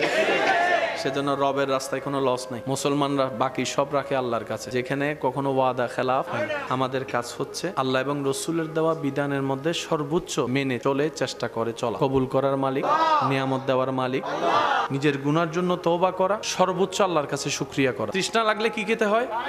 পানি খাওয়ার সিস্টেম ইসলামে আছে না? তো ইসলামের দরকার কি? পানি খাওয়ার সিস্টেম বলে দেওয়া। ইসলাম চাই আমরা যেন দুনিয়াটাও লাভ করি, আখিরাতও লাভ। এখন বর্তমান চিকিৎসা বিজ্ঞান গবেষণা করে দেখে, মানুষ যেইভাবে পানি খেলে শরীরের পাকস্থলী ঠিক থাকে, সুস্থতা থাকে, ওইটাই সেই নিয়ম যেটা 1450 বছর আগে দয়াল নবী রাহমাতুল্লিল আলামিন আমাদেরকে জানাই দিয়েছেন। সুবহানাল্লাহ। সুন্দর ঘুমের জন্য যে 4টা পজিশন, ডান কাত, বাম কাত, সোজা হয়ে আর ব্যাঙের মতো। সবাই জানে আমার যুবক ভাইয়েরা, সবচাইতে বেস্ট ঘুম হচ্ছে কোন কাত? চিকিৎসা বিজ্ঞানও বলে ডান কাত। হজম শক্তি ভালো হয়। 1450 বছর আগে কি পরামর্শ দয়াল নবী উম্মতকে জানিয়ে দিয়েছেন? উম্মত, ঘুমানোর সর্বশ্রেষ্ঠ চেষ্টা করবা ডান কাত হয়ে, ডান কাত হয়ে, ডান কাত হয়ে। সুবহানাল্লাহ। আমরা আসলে ইসলাম বুঝার চেষ্টা করি না, ইসলাম বুঝলেও নিজেদের মতো বুঝার চেষ্টা করি। আল্লাহ এবং রসুল যেভাবে শিখিয়েছেন সেভাবে বুঝার চেষ্টা করি না বলে অনেক মানুষের কাছে ইসলামকে রং মনে হয়। অনেক মানুষ আছে ইসলামকে ভুল মনে করে। মনে রাখবেন আমার ভাইয়েরা, পৃথিবীতে তো সত্য যদি কোনো কিছু থাকে, এগুলো সব ইসলামে আছে। আমরা নেওয়ার মতো নিতে জানি নাই, ভালো মুসলমান হতে পারি নাই, ব্যর্থতা আমাদের কারণে। ইসলামকে, কোরআনকে, আল্লাহকে, নবীকে জাস্টিফাই করার অধিকার কারো, আমাদের দোষ আমাদের। আমরা সবাই জানি আমরা এখনো পাক্কা মুসলমান কেউ। পাক্কা মুসলমান হতে, পরিপূর্ণ মুসলমান হতে, এটা আমাদের ব্যর্থতা, এটা আমাদের ধর্মের নয়। বিদ্যালয় ঠিক আছে, ছাত্র পড়ালেখা করি নাই। আল্লাহ আমার চাকরি কি চলে যাবে? রব বলে যে না, দুনিয়ার মালিকে তোকে চাকরি থেকে বের করে দিবে, বেতন বন্ধ করে দিবে। আমি হচ্ছে আসল মালিক, যে তুই নামাজ না পড়লো রিজিকের বেতন দি। আল্লাহ, আমি তো টার্গেট ফিল আপ করতে পারিনি, চাকরি কি চলে যাবে? রব বলে যে না, আমি বেতন দিতেই থাকবো, আমি রিজিক দিতেই থাকবো, আমি খাবার দিতেই থাকবো, আমি রহমত দিতেই থাকবো, আমি দয়া করতেই থাকবো। আল্লাহ, আমি তো টার্গেট ফিল আপ করতে পারিনি, 5 ওয়াক্ত যে নামাজের টার্গেট সেটাও তো পারি না। টার্গেট ফিল আপ হলেই বেতন, টার্গেট ফিল আপ না হলে আল্লাহ তাআলা বলে যে ফিল আপ না হলো চাকরি রাখবো, তো বেতন বন্ধ করবো না। শুধু তাই নয়, তোকে পুরস্কার দিব এমন জিনিস যেটা পৃথিবীর 1 কোটি বার বিক্রি করলো সেই জিনিস তুই কিনতেও পারবি না, বানাইতেও পারবি না। আল্লাহ, আমি তো চাকরি ফিল আপ করতে পারি নাই, এরপরও পুরস্কার দিবা। বিশ্বাসের নাম হচ্ছে ঈমান। আর এই ঈমান নড়াচড়া করতে চাই কে? কারণ শয়তান জানে বেসটা যদি নড়ে যায় তালা কখনো টিকবে। এই বেসটা যদি নড়ে যায় এই মানুষটার দুনিয়াও পাওয়া হবে না, আখিরাতও পাওয়া হবে না। আমি শয়তানের জয় হয়ে যাবে। বুদ্ধিমানরা বলে তোর কারণে তোকে খুশি করার জন্য নিজের লস করব, আমি তো সে পাগল না। সেজন্য বুদ্ধিমানরা বেসটাকে শক্ত করে। ওই বেসটাকে শক্ত করার জন্য যে জিনিসটা দরকার সেটার নাম হচ্ছে দয়াল নবীজির মুহাব্বত, দয়াল নবীজির আদব। সুবহানাল্লাহ। আলা লা ঈমানা লিমান লা মুহাব্বাতা লাহু লা ইউমিনু আহাদুকুম হাত্তা কুনা হাব্বা ইলাইহি মিন ওয়ালিদি ওয়া ওয়ালাদি ওয়ান নাস আজমাইন। নবীর প্রেম দিয়ে, আদব দিয়ে, ভক্তি দিয়ে, শ্রদ্ধা দিয়ে এই জায়গাটা থেকে ঈমানটাকে মজবুত করতে হবে। এবার যদি একবার মজবুত হয়ে যায়, রবের দরবার থেকে সার্টিফিকেট চলে আসে, তার ঈমান আমি আল্লাহ কবুল করে নিলাম। আল্লাহ তাআলা যেই লক্ষ্যে আমাদেরকে পাঠিয়েছেন, আমরা কিন্তু কেউ সেই লক্ষ্যটা পরিপূর্ণ করতে পারিনি। টার্গেট ফিল আপ না হলে কখনো বেতন দেওয়া হয়, টার্গেট পরিপূর্ণ না হলে কখনো পুরস্কার দেওয়া হয়, টার্গেট পরিপূর্ণ না হলে দুইবার তিনবার ফেল করলে তাকে আর কোম্পানিতে চাকরিতে রাখা হয়, টার্গেট পরিপূর্ণ করতে না পারলে সে আর ইনকাম করতে। সৌভাগ্য আমাদের এত মহান, আমাদের রব হচ্ছেন রব্বুল আলামিন। সৌভাগ্য আমাদের এত মহান, আমাদের রব রব্বুল আলামিন, আমাদের নবী রাহমাতুল লিল আলামিন। টার্গেট ফিল আপ না হলে কখনো তাকে পুরস্কার দেওয়া, সুযোগ দেওয়া হয় একবার, দুইবার, তিনবার, এরপরে কোম্পানি তাকে রাখতে চায়, কারণ যার কারণে লস হয় তাকে রাখবে কেন? অনেকে একটা কথা বলে, আত্মীয়তার সম্পর্ক বাহিরে, ব্যবসা ব্যবসার জায়গায়, চাকরি চাকরির জায়গায়। আল্লাহ তাআলা আমাদের সবাইকে একটা টার্গেটে পাঠিয়েছেন। ওয়ামা খালাকতুল জিন্না ওয়াল ইনসা ইল্লা লিয়াবুদুন। রবের ইবাদত করে 24টা ঘন্টায় জীবন যাপন করে রবকে খুশি করে চলা, রবকে খুশি করে দিন করা, রবকে খুশি করে রাত উদযাপন করা, রবকে খুশি করতে করতেই একদিন শেষ নিঃশ্বাস নিয়ে বিদায় নেওয়া। আমরা টার্গেটকেও পরিপূর্ণ করতে, আমরা সকালেও ফেল, দুপুরও, বিকালে, রাতে, শনিবারে, বৃহস্পতিবারে, শুক্রবারে, ঈদের দিনও, রমজানেও, হজের দিনও, কোরবানির দিনও 5 ওয়াক্তে 5 বার আজানের ডাকে সাড়া দিয়ে নামাজ আদায় করা তৌফিক দান করুক। বড়দেরকে সম্মান, ছোটদেরকে স্নেহ করার তৌফিক দান করুক। আল্লাহ প্রত্যেকটা পরিবারে শান্তি নাজিল করুক। স্বামী স্ত্রীর ভিতর বন্ধন মজবুত করুক। অনুরোধ করে বলে যায়, ঘরের মধ্যে কোরআন তেলাওয়াতের একটু অভ্যাসটা করার চেষ্টা করবেন। এটা আমাদের থেকে একদম চলে গেছে, এই দায়িত্ব আমরা কেউ এড়াতে পারবো না। না, এটা আমাদের দরকার আছে না নাই? ঘরের মধ্যে কোরআন তেলাওয়াতের পরিবেশ করার দরকার আছে না নাই? কোরআন তেলাওয়াত যদি করতে নাও পারেন, আপনার মোবাইলে তো ইউটিউব আছে, একটা কোরআন তেলাওয়াত ছেড়ে দেন না। যতক্ষণ কোরআন তেলাওয়াত চলবে, কান খোলা থাকবে, মুখ থাকবে বন্ধ, নিজেও শুনলেন, সবাইকে শুনাইলেন। একটা সূরা চলতে কতক্ষণ লাগে? আমরাই যদি কোরআনকে মূল্যায়ন না করি, আর কে করবে? অন্তত আমি অনুরোধ করব, আমার বোনেরা যদি শুনে থাকেন, আমি আমার বোনদের কাছেও ভাই হিসেবে আবদার করে যাব, প্রত্যেকজনের ঘরের পরিবেশ পরিস্থিতি কেমন সবাই জানি, নিজের মোতাবেক সময় বের করে রবের দরবারে হাজিরা দেওয়ার জন্য সময় বের করে নেবেন এবং নিজের ঘরটাকে জান্নাতি পরিবেশ আপনি শুনে দেখবেন। কোরআন তেলাওয়াত যদি আপনি ঘরে চালান, দেখবেন যে ঘরের মহলটাই পাল্টায় যায়। যে ছাড়ে তার অন্তরও শান্তি হয়, যে শুনে তার অন্তরও শান্তি হয়। মনে পড়ে রমজান মাসে যে কোরআন তেলাওয়াত শোনা যেত এক সময়, মাইকে মাইকে এক সময় শোনা যেত না রমজান মাসে? এই কোরআন তেলাওয়াতের আওয়াজে রমজানের একটা মহল তৈরি করে ফেলে। আমি অনুরোধ করব, এই বিষয়টা আপনারা একটু আপনাদের মতো করে চেষ্টা করবেন। কারো প্রতি কোনো রাগ হিংসা রাখার দরকার, এগুলা রাখলে নিজেরই ক্ষতি হয়। অন্যের প্রতি রাগ হিংসা রাখলে নিজেরই ক্ষতি হয়। অন্তরকে পরিষ্কার করে দেন, সবাইকে মাফ করে দেন। নবী বলে যে অন্যকে মাফ করে আল্লাহ তাকে মাফ করে। নিজে মাফ পাওয়ার জন্য অন্যকে মাফ করে দেওয়ার দরকার আছে। সুবহ তওবা মে হুই बटता है बड़ा नूर का, सदका लेने नूर का आया है तारा नूर का। अल्लाहुम्मा सल्ले अला मौलाना मुहम्मद व अला आले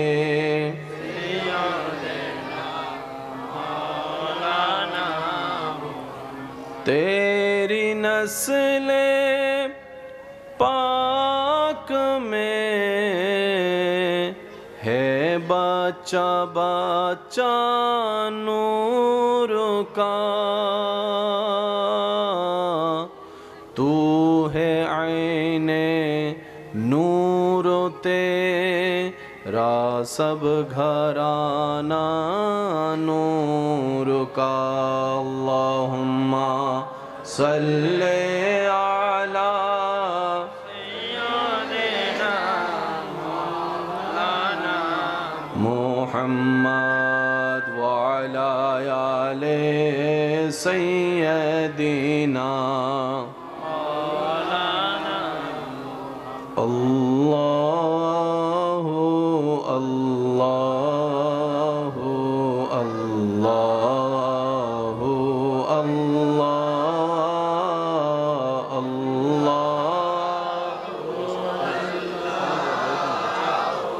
अल्लाहु अल्लाह सबाई की आवाज़े अल्लाहु अल्लाहु अल्लाह अल्लाहु अल्लाहु अल्लाह ही अल्लाह किया करो दुख न किसी को दिया करो जो दुनिया का मालिक है नाम उसी का लिया करो अल्लाह ही अल्लाह अल्लाह ही अल्लाह अल्लाह ही अल्लाह किया करो दुख न किसी को दिया करो जो दुनिया का मालिक है नाम उसी का लिया करो अल्लाह ही अल्लाह अल्लाह ही अल्लाह अल्लाहु अल्लाहु अल्लाहु अल्लाहु अल्लाहु अल्लाहु अल्लाहु अल्लाहु अल्लाहु अल्लाहु अल्लाह अल्लाहु अल्लाहु अल्लाहु अल्लाहु अल्लाह ही अल्लाह किया करो दुख न किसी को दिया करो जो दुनिया का मालिक है नाम उसी का लिया करो अल्लाह ही अल्लाह अल्लाह ही अल्लाह अल्लाह ही अल्लाह गोलाप नीलम गादा नीलम नीलम रजनी गंधा মনের সুখে মালা গাতিলাম সকাল থেকে একেবারে দেখা দাও যদি ও গো কামলিওয়ালা একেবারে দেখা ও গো কামলিওয়ালা হাসি মুখে পড়াবো তোমায় হাজার ফুলের মালা বলি সবাই ইয়া রাসূলুল্লাহ ইয়া মাশাআল্লাহ একটু জোরে জোরে ইয়া রাসূলুল্লাহ হলুদ ফুলকে প্রশ্ন করি রংটি কোথায় পেলে হলুদ ফুলকে প্রশ্ন করি রংটি কোথায় পেলে উত্তর দেয় সেই রংটি ছিল নূর নবীজির ত্বকে তাই সেই ফুলকে বাগান থেকে তুলে গাতলাম মালা সুযোগ পেলে পড়াবো তোমায় হাজার ফুলের মালা শেষবারের মতো ইয়া রাসূলুল্লাহ ইয়া হাবিবাল্লাহ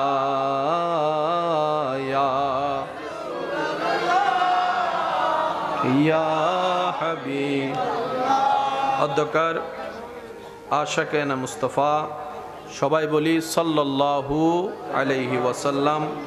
মাহফিল উদযাপন কমিটির আয়োজনে এলাকাবাসীর আন্তরিক ভালোবাসা, মহাব্বতে ও সহযোগিতায় আজকের এই সজ্জিত আজিম উসান নুরানি ইমানি মাহফিলের সম্মানিত মান্যবর প্রধান বক্তা হযরতুল আল্লাম জনাব মৌলানা মুহাম্মদ মোজাম্মেল রেজা আজিজি নরসিংদী মাদ্দাজিল্লুহুল আলী সাহেব, আজকের মাহফিলের সম্মানিত মান্যবর বিশেষ মুকাররের রৌনকে আহলে সুন্নাত, রৌনকে মিল্লাত হযরতুল আল্লাম হাফেজ কারি মৌলানা শরীফুল ইসলাম আল কাদিরি মাদ্দাজিল্লুহুল আলী সাহেব, আজকের মাহফিলের সম্মানিত প্রধান আকর্ষণ রৌনকে মিল্লাত, রৌনকে আহলে সুন্নাত হাফেজ মৌলানা মুহাম্মদ আহসানুজ্জামান আসু হুজুর সাহেব সহ বিশেষ করে নাতে রসুলের যারা খেদমত নিবেদন করেছেন, আমার প্রাণপ্রিয় ভাই শায়ের জগতের উজ্জ্বল নক্ষত্র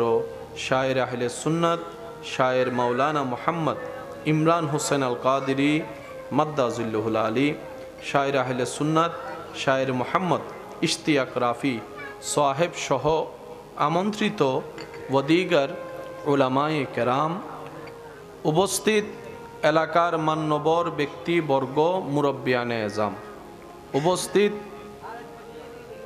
স্কুল কলেজ ভার্সিটি মাদ্রাসার প্রাণপ্রিয় ছাত্র ভাইয়েরা, আমার সম্মানিত মা ও বোনেরা, উপস্থিত আল্লাহর প্রেমিক নবীর প্রেমিক ইমানদার ভাইয়েরা, আসসালামু আলাইকুম ওয়া রাহমাতুল্লাহি তাআলা ওয়া বারাকাতুহু। আপন আপন জায়গা থেকে সবাই রবের রহমতের দরবার থেকে রহমত ভিক্ষা পাওয়ার আশায় মোহাব্বতের আওয়াজে একবার বলি আলহামদুলিল্লাহ। আমার মনে হয় আপনারা চাইলে আওয়াজটা আর একটু বড় হবে, আর একটু বড় করে বলেন। আল্লাহ তাআলা দয়া করে আমাদের সবার জীবনের গুনাহ মাফ করে দিন। আল্লাহ মেহেরবানি করে আমাদের সবার মা বাবার গুনাহ মাফ করে দিন। আল্লাহ মেহেরবানি করে অত্র এলাকায় যত কবরবাসী এই মুহূর্তে কবরের কঠিন আযাবে কষ্ট পাচ্ছেন, আল্লাহ দয়া করে প্রত্যেকটি কবরবাসীকে আযাব থেকে মুক্তি দান করুক, আমিন। বিনয়ের সাথে শ্রদ্ধার সাথে সবার কাছে আমার নিবেদন থাকবে, যেইটুকু সময় আল্লাহ তাআলা আমি অধমকে বলার সুযোগ দিবেন, এই সময়টুকু সবাই একটু মনের কান দিয়ে শোনার চেষ্টা করবেন, বলি ইনশাআল্লাহ। আমি দীর্ঘক্ষণ সময় আপনাদেরকে কষ্ট দিব না, কিন্তু যতক্ষণ সময় দেব সেটা মওলার মোহাব্বত নিয়ে দেওয়ার চেষ্টা করব। আওয়াজগুলো একটু যদি বন্ধ করা যায়, পিছনে পিছনে।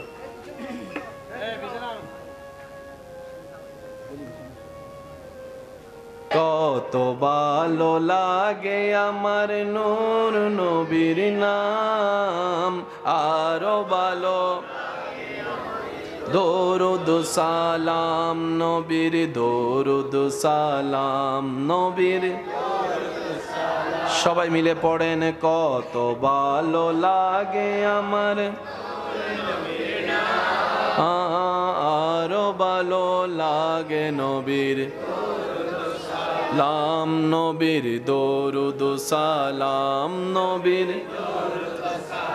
দরুদ শরীফের আওয়াজ যেন বড় হয়, সবাই মিলে আল্লাহুম্মা সাল্লি আলা সাইয়্যিদিনা মুহাম্মাদিন, আল্লাহুম্মা সাল্লি আলা সাইয়্যিদিনা মুহাম্মাদিন, আল্লাহুম্মা সাইয়্যিদিনা মুহাম্মাদিন। উচ্চ আওয়াজে একবার বলেন মারহাবা, আরো জোরে বলেন মারহাবা। বান্দা কোথায় যাচ্ছিস? আমার মতো একজন রহিম রহমানকে ফেলে তুই কোথায় যাচ্ছিস? একদিন তো আমার কাছে তোকে ফিরতেই হবে, তোর চা না চা আসতেই হবে। বান্দা আমি চাই না তুই বাধ্য হইয়া, আমি চাই আমার বান্দা খুশি মনে আমি রবের কাছে ফিরে আসুক। বান্দারে হাজার গুনাহ যদি একদিকে হয়, মনে রাখিস তুই সর্বদা তোর গুনার সীমার চাইতে আমি রবের রহমতের সীমা অনেক বিশাল। আমি কাকে কি দিচ্ছি সেদিকে দেখে হিংসা করার দরকার নেই। আমি রব, যারে যা মন চায় তা দিব। তুই হিংসা করার কে? বান্দা বলে আল্লাহ হিংসা তুমি পছন্দ করো না আমি জানি, কিন্তু আমি কেমনে কেমনে হিংসা করি এমনও পর্যায়ে চলে যাই নিজের রক্তের মানুষকেও হিংসা করে ফেলি। রব বলে যে বান্দা এগুলো তোর জিনিস নয়, এটা শয়তান তোকে ঢুকাই দিয়েছে ভিতরে আমি রবকে নারাজ করার জন্য। বান্দা মনে রাখিস তুই হাজার চেষ্টা করলেও পাবি না আমি রব যদি না দিই। আর আমি রব যদি কাউকে দেওয়ার ইচ্ছা করি কোনো কিছু, পৃথিবীর সবাই মিলে চাইলো সেটা তার থেকে ছিনাই নিতে পারবে না। জীবন চলার পথে চোখের পানি আসবে, কেউ যেন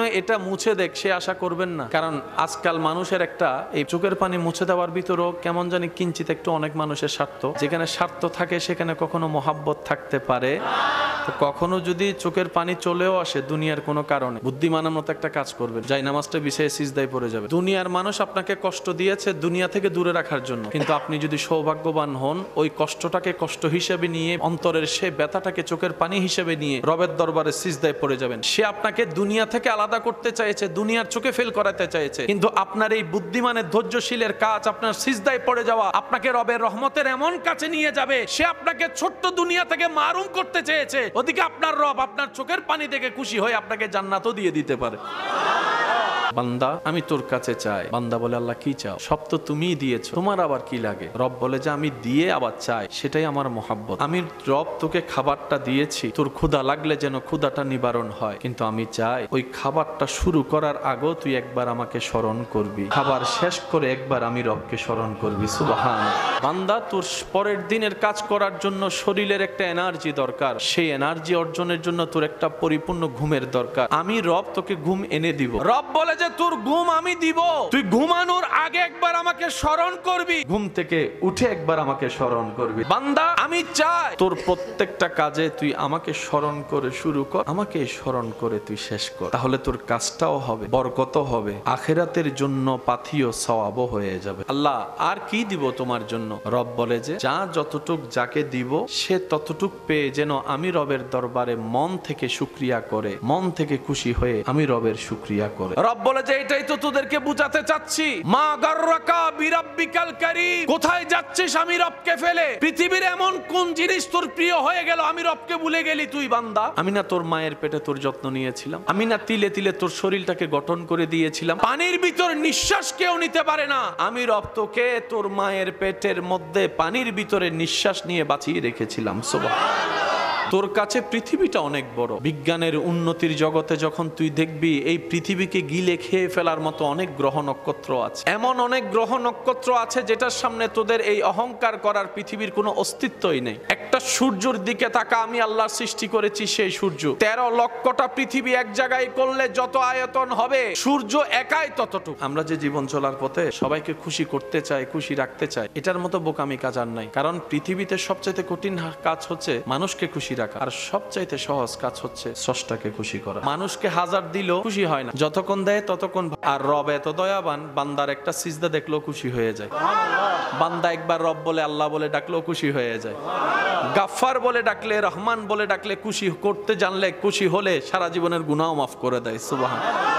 সেজন্য বুদ্ধিমানরা দুনিয়াকে খুশি করার পিছনে সময় দেয় না, দুনিয়ার সৃষ্টিকর্তাকে খুশি করার পিছনে সময় দেয়। সেজন্য মনে রাখবেন রবের বান্দা কখনো লসে নাই। তারা কাঁটা ফুটলো লাভ, গালি শুনলো লাভ, বদনাম শুনলো লাভ, অত্যাচারের শিকার হলো লাভ। কারণ বুদ্ধিমানরা বলে দুনিয়া তো চোখের পলকে একদিন, ইজা জুলজিলাতিল আরদু জিলজালাহা ওয়া আখরাজাতিল আরদু আসকালাহা, একদিন তো এমনি শেষ হবে, অমনেও শেষ হবে। জান্নাত তো শেষ হবে না, জান্নাত তো শেষ হবে না। আল্লাহ দুনিয়া দরকার নাই, জান্নাতে আমাকে ঘর দিও, তারাই সফল হয়ে যায়। সুবহান। জীবন চলার পথে এমন কারো সাথে দিলকে এমন ভাবে লাগাবেন না যে সে চলে গেলে আপনাকে থমকে যেতে হয়, সে চলে গেলে আপনার জীবনের 24টা ঘন্টার রুটিন পাল্টাই যাবে, এমন কারো সাথে দিল লাগানো যাবে না। পৃথিবীর প্রত্যেকটা কিছুই এরকম। আপনি যদি মনে করেন মানুষটা চেঞ্জ হয়েছে, কেন আফসোস করার কিছু নেই, মানুষ যেহেতু চেঞ্জ হবেই। ছোটবেলার চেহারা কি এখন আছে?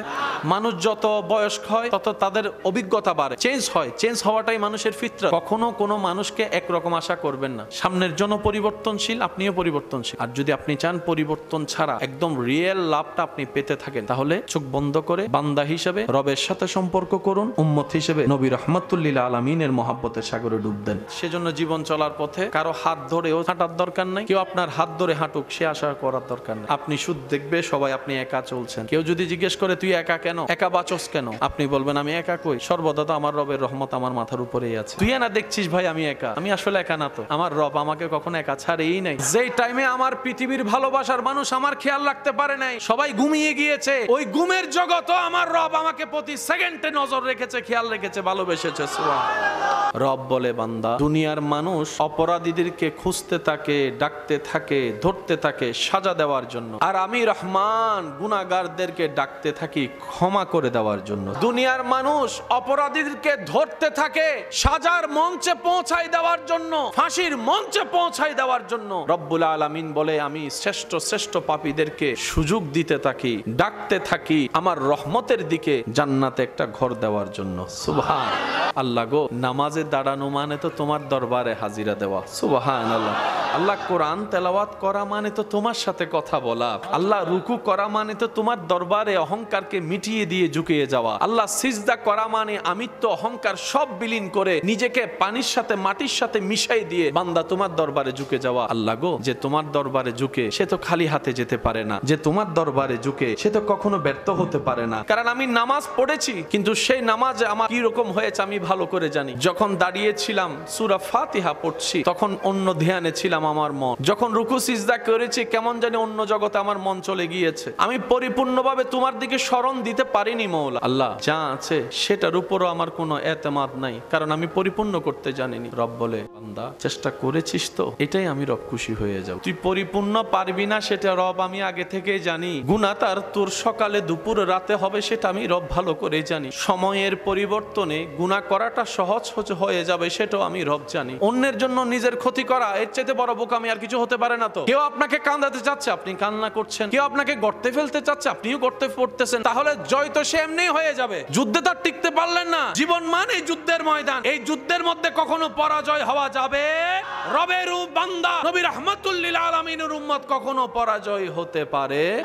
এই পৃথিবীতে আপনি যতদিন বাঁচবেন আপনি হাজার চেষ্টা করলেও দুঃখ কষ্ট থেকে পালাতে চাইলেও পারবেন। আপনাকে দুঃখ কষ্টের ভিতর দিয়ে যেতে হবে, কারণ এটা দুনিয়া, এটা জান্নাত নয়। এখানে মহাসুখ চিরস্থায়ী সুখ বলতে কোনো শব্দ, এখানে আপনি শুধু অভিনয় করে যাবেন দুনিয়ার সাথে তাল মিলিয়ে, রবের উপর ভরসা রেখে ধৈর্য ধরে নবীর প্রেম নিয়ে কঠিন রাস্তাও আপনার জন্য খুলে দিবেন রব্বুল আলামিন। সুবহানাল্লাহ।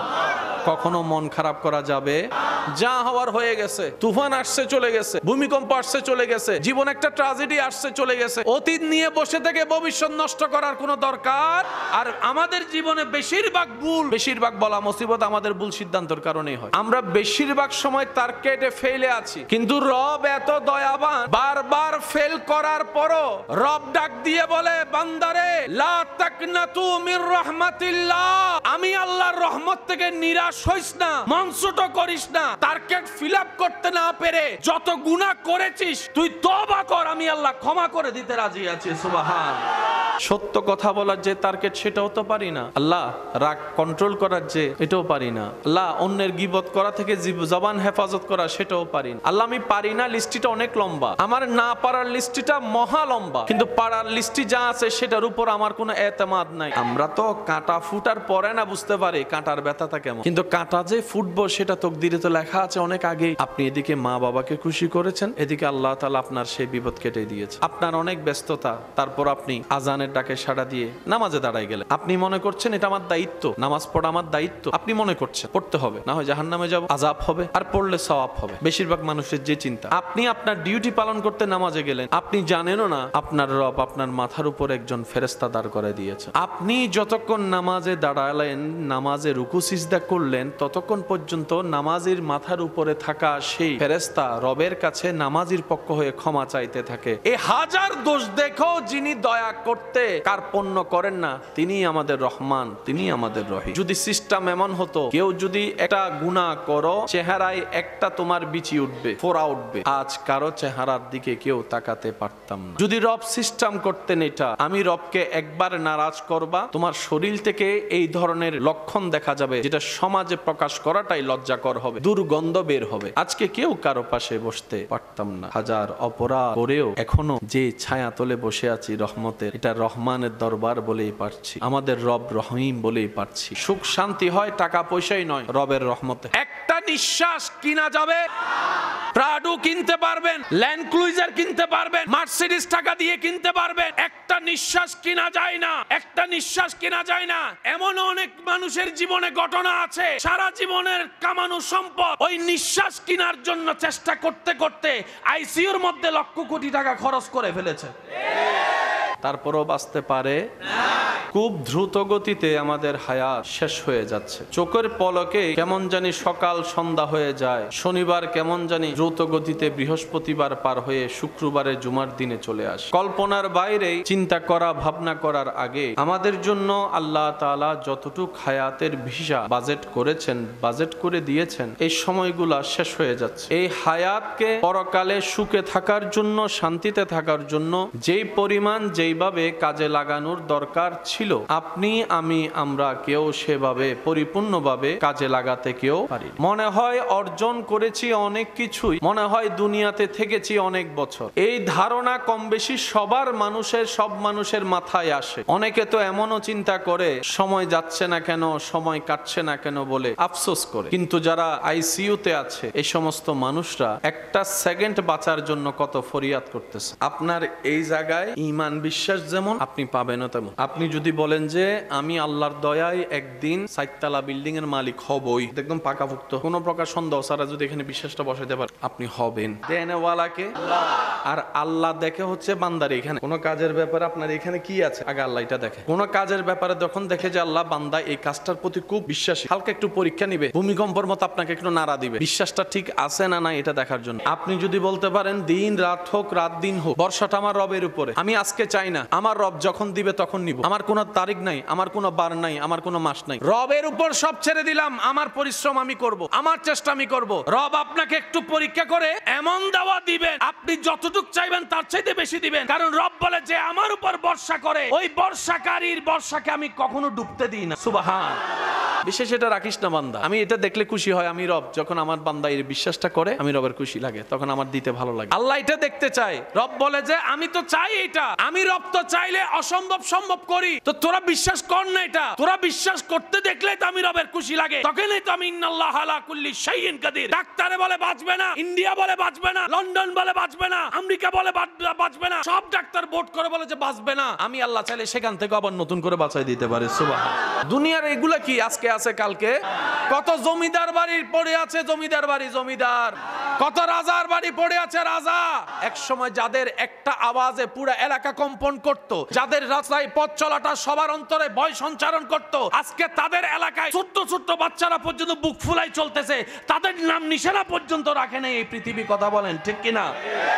মানুষ হিসেবে গোল্ডেন এ প্লাস অর্জন করেন, বান্দা হিসেবে গোল্ডেন এ প্লাস অর্জন করাটাই সবচেয়ে বড় বাহাদুরির কাজ। নবী রাহমাতুল লিল আলামিনের উম্মত হিসেবে গোল্ডেন এ প্লাস পাওয়াটাই মহা সৌভাগ্যের কাজ। কখনো একা মনে করা যাবে না, চলবেন একা, থাকবেন একা, বাঁচবেন একা, সবাই আপনার সাথে আছে, দিলটা আপনি কারোর সাথে লাগাবেন না। দুনিয়াতে যাই অর্জন করি না কেন, খাবে অন্যরাই। আজকে এখন আপনার সারা শরীরে যা আছে, কাপড় চোপড়, মোবাইল, টাকা, এই মুহূর্তে আপনি মারা যান, একটা জিনিসও আপনার সাথে কবরে দিবে না। আপনার মোবাইলটা আপনার ভাই বোনে নিয়ে যাবে, বউ থাকলে বউয়ে নিয়ে যাবে, আপনার টাকাটা আপনার ঘরের মানুষে নিয়ে যাবে।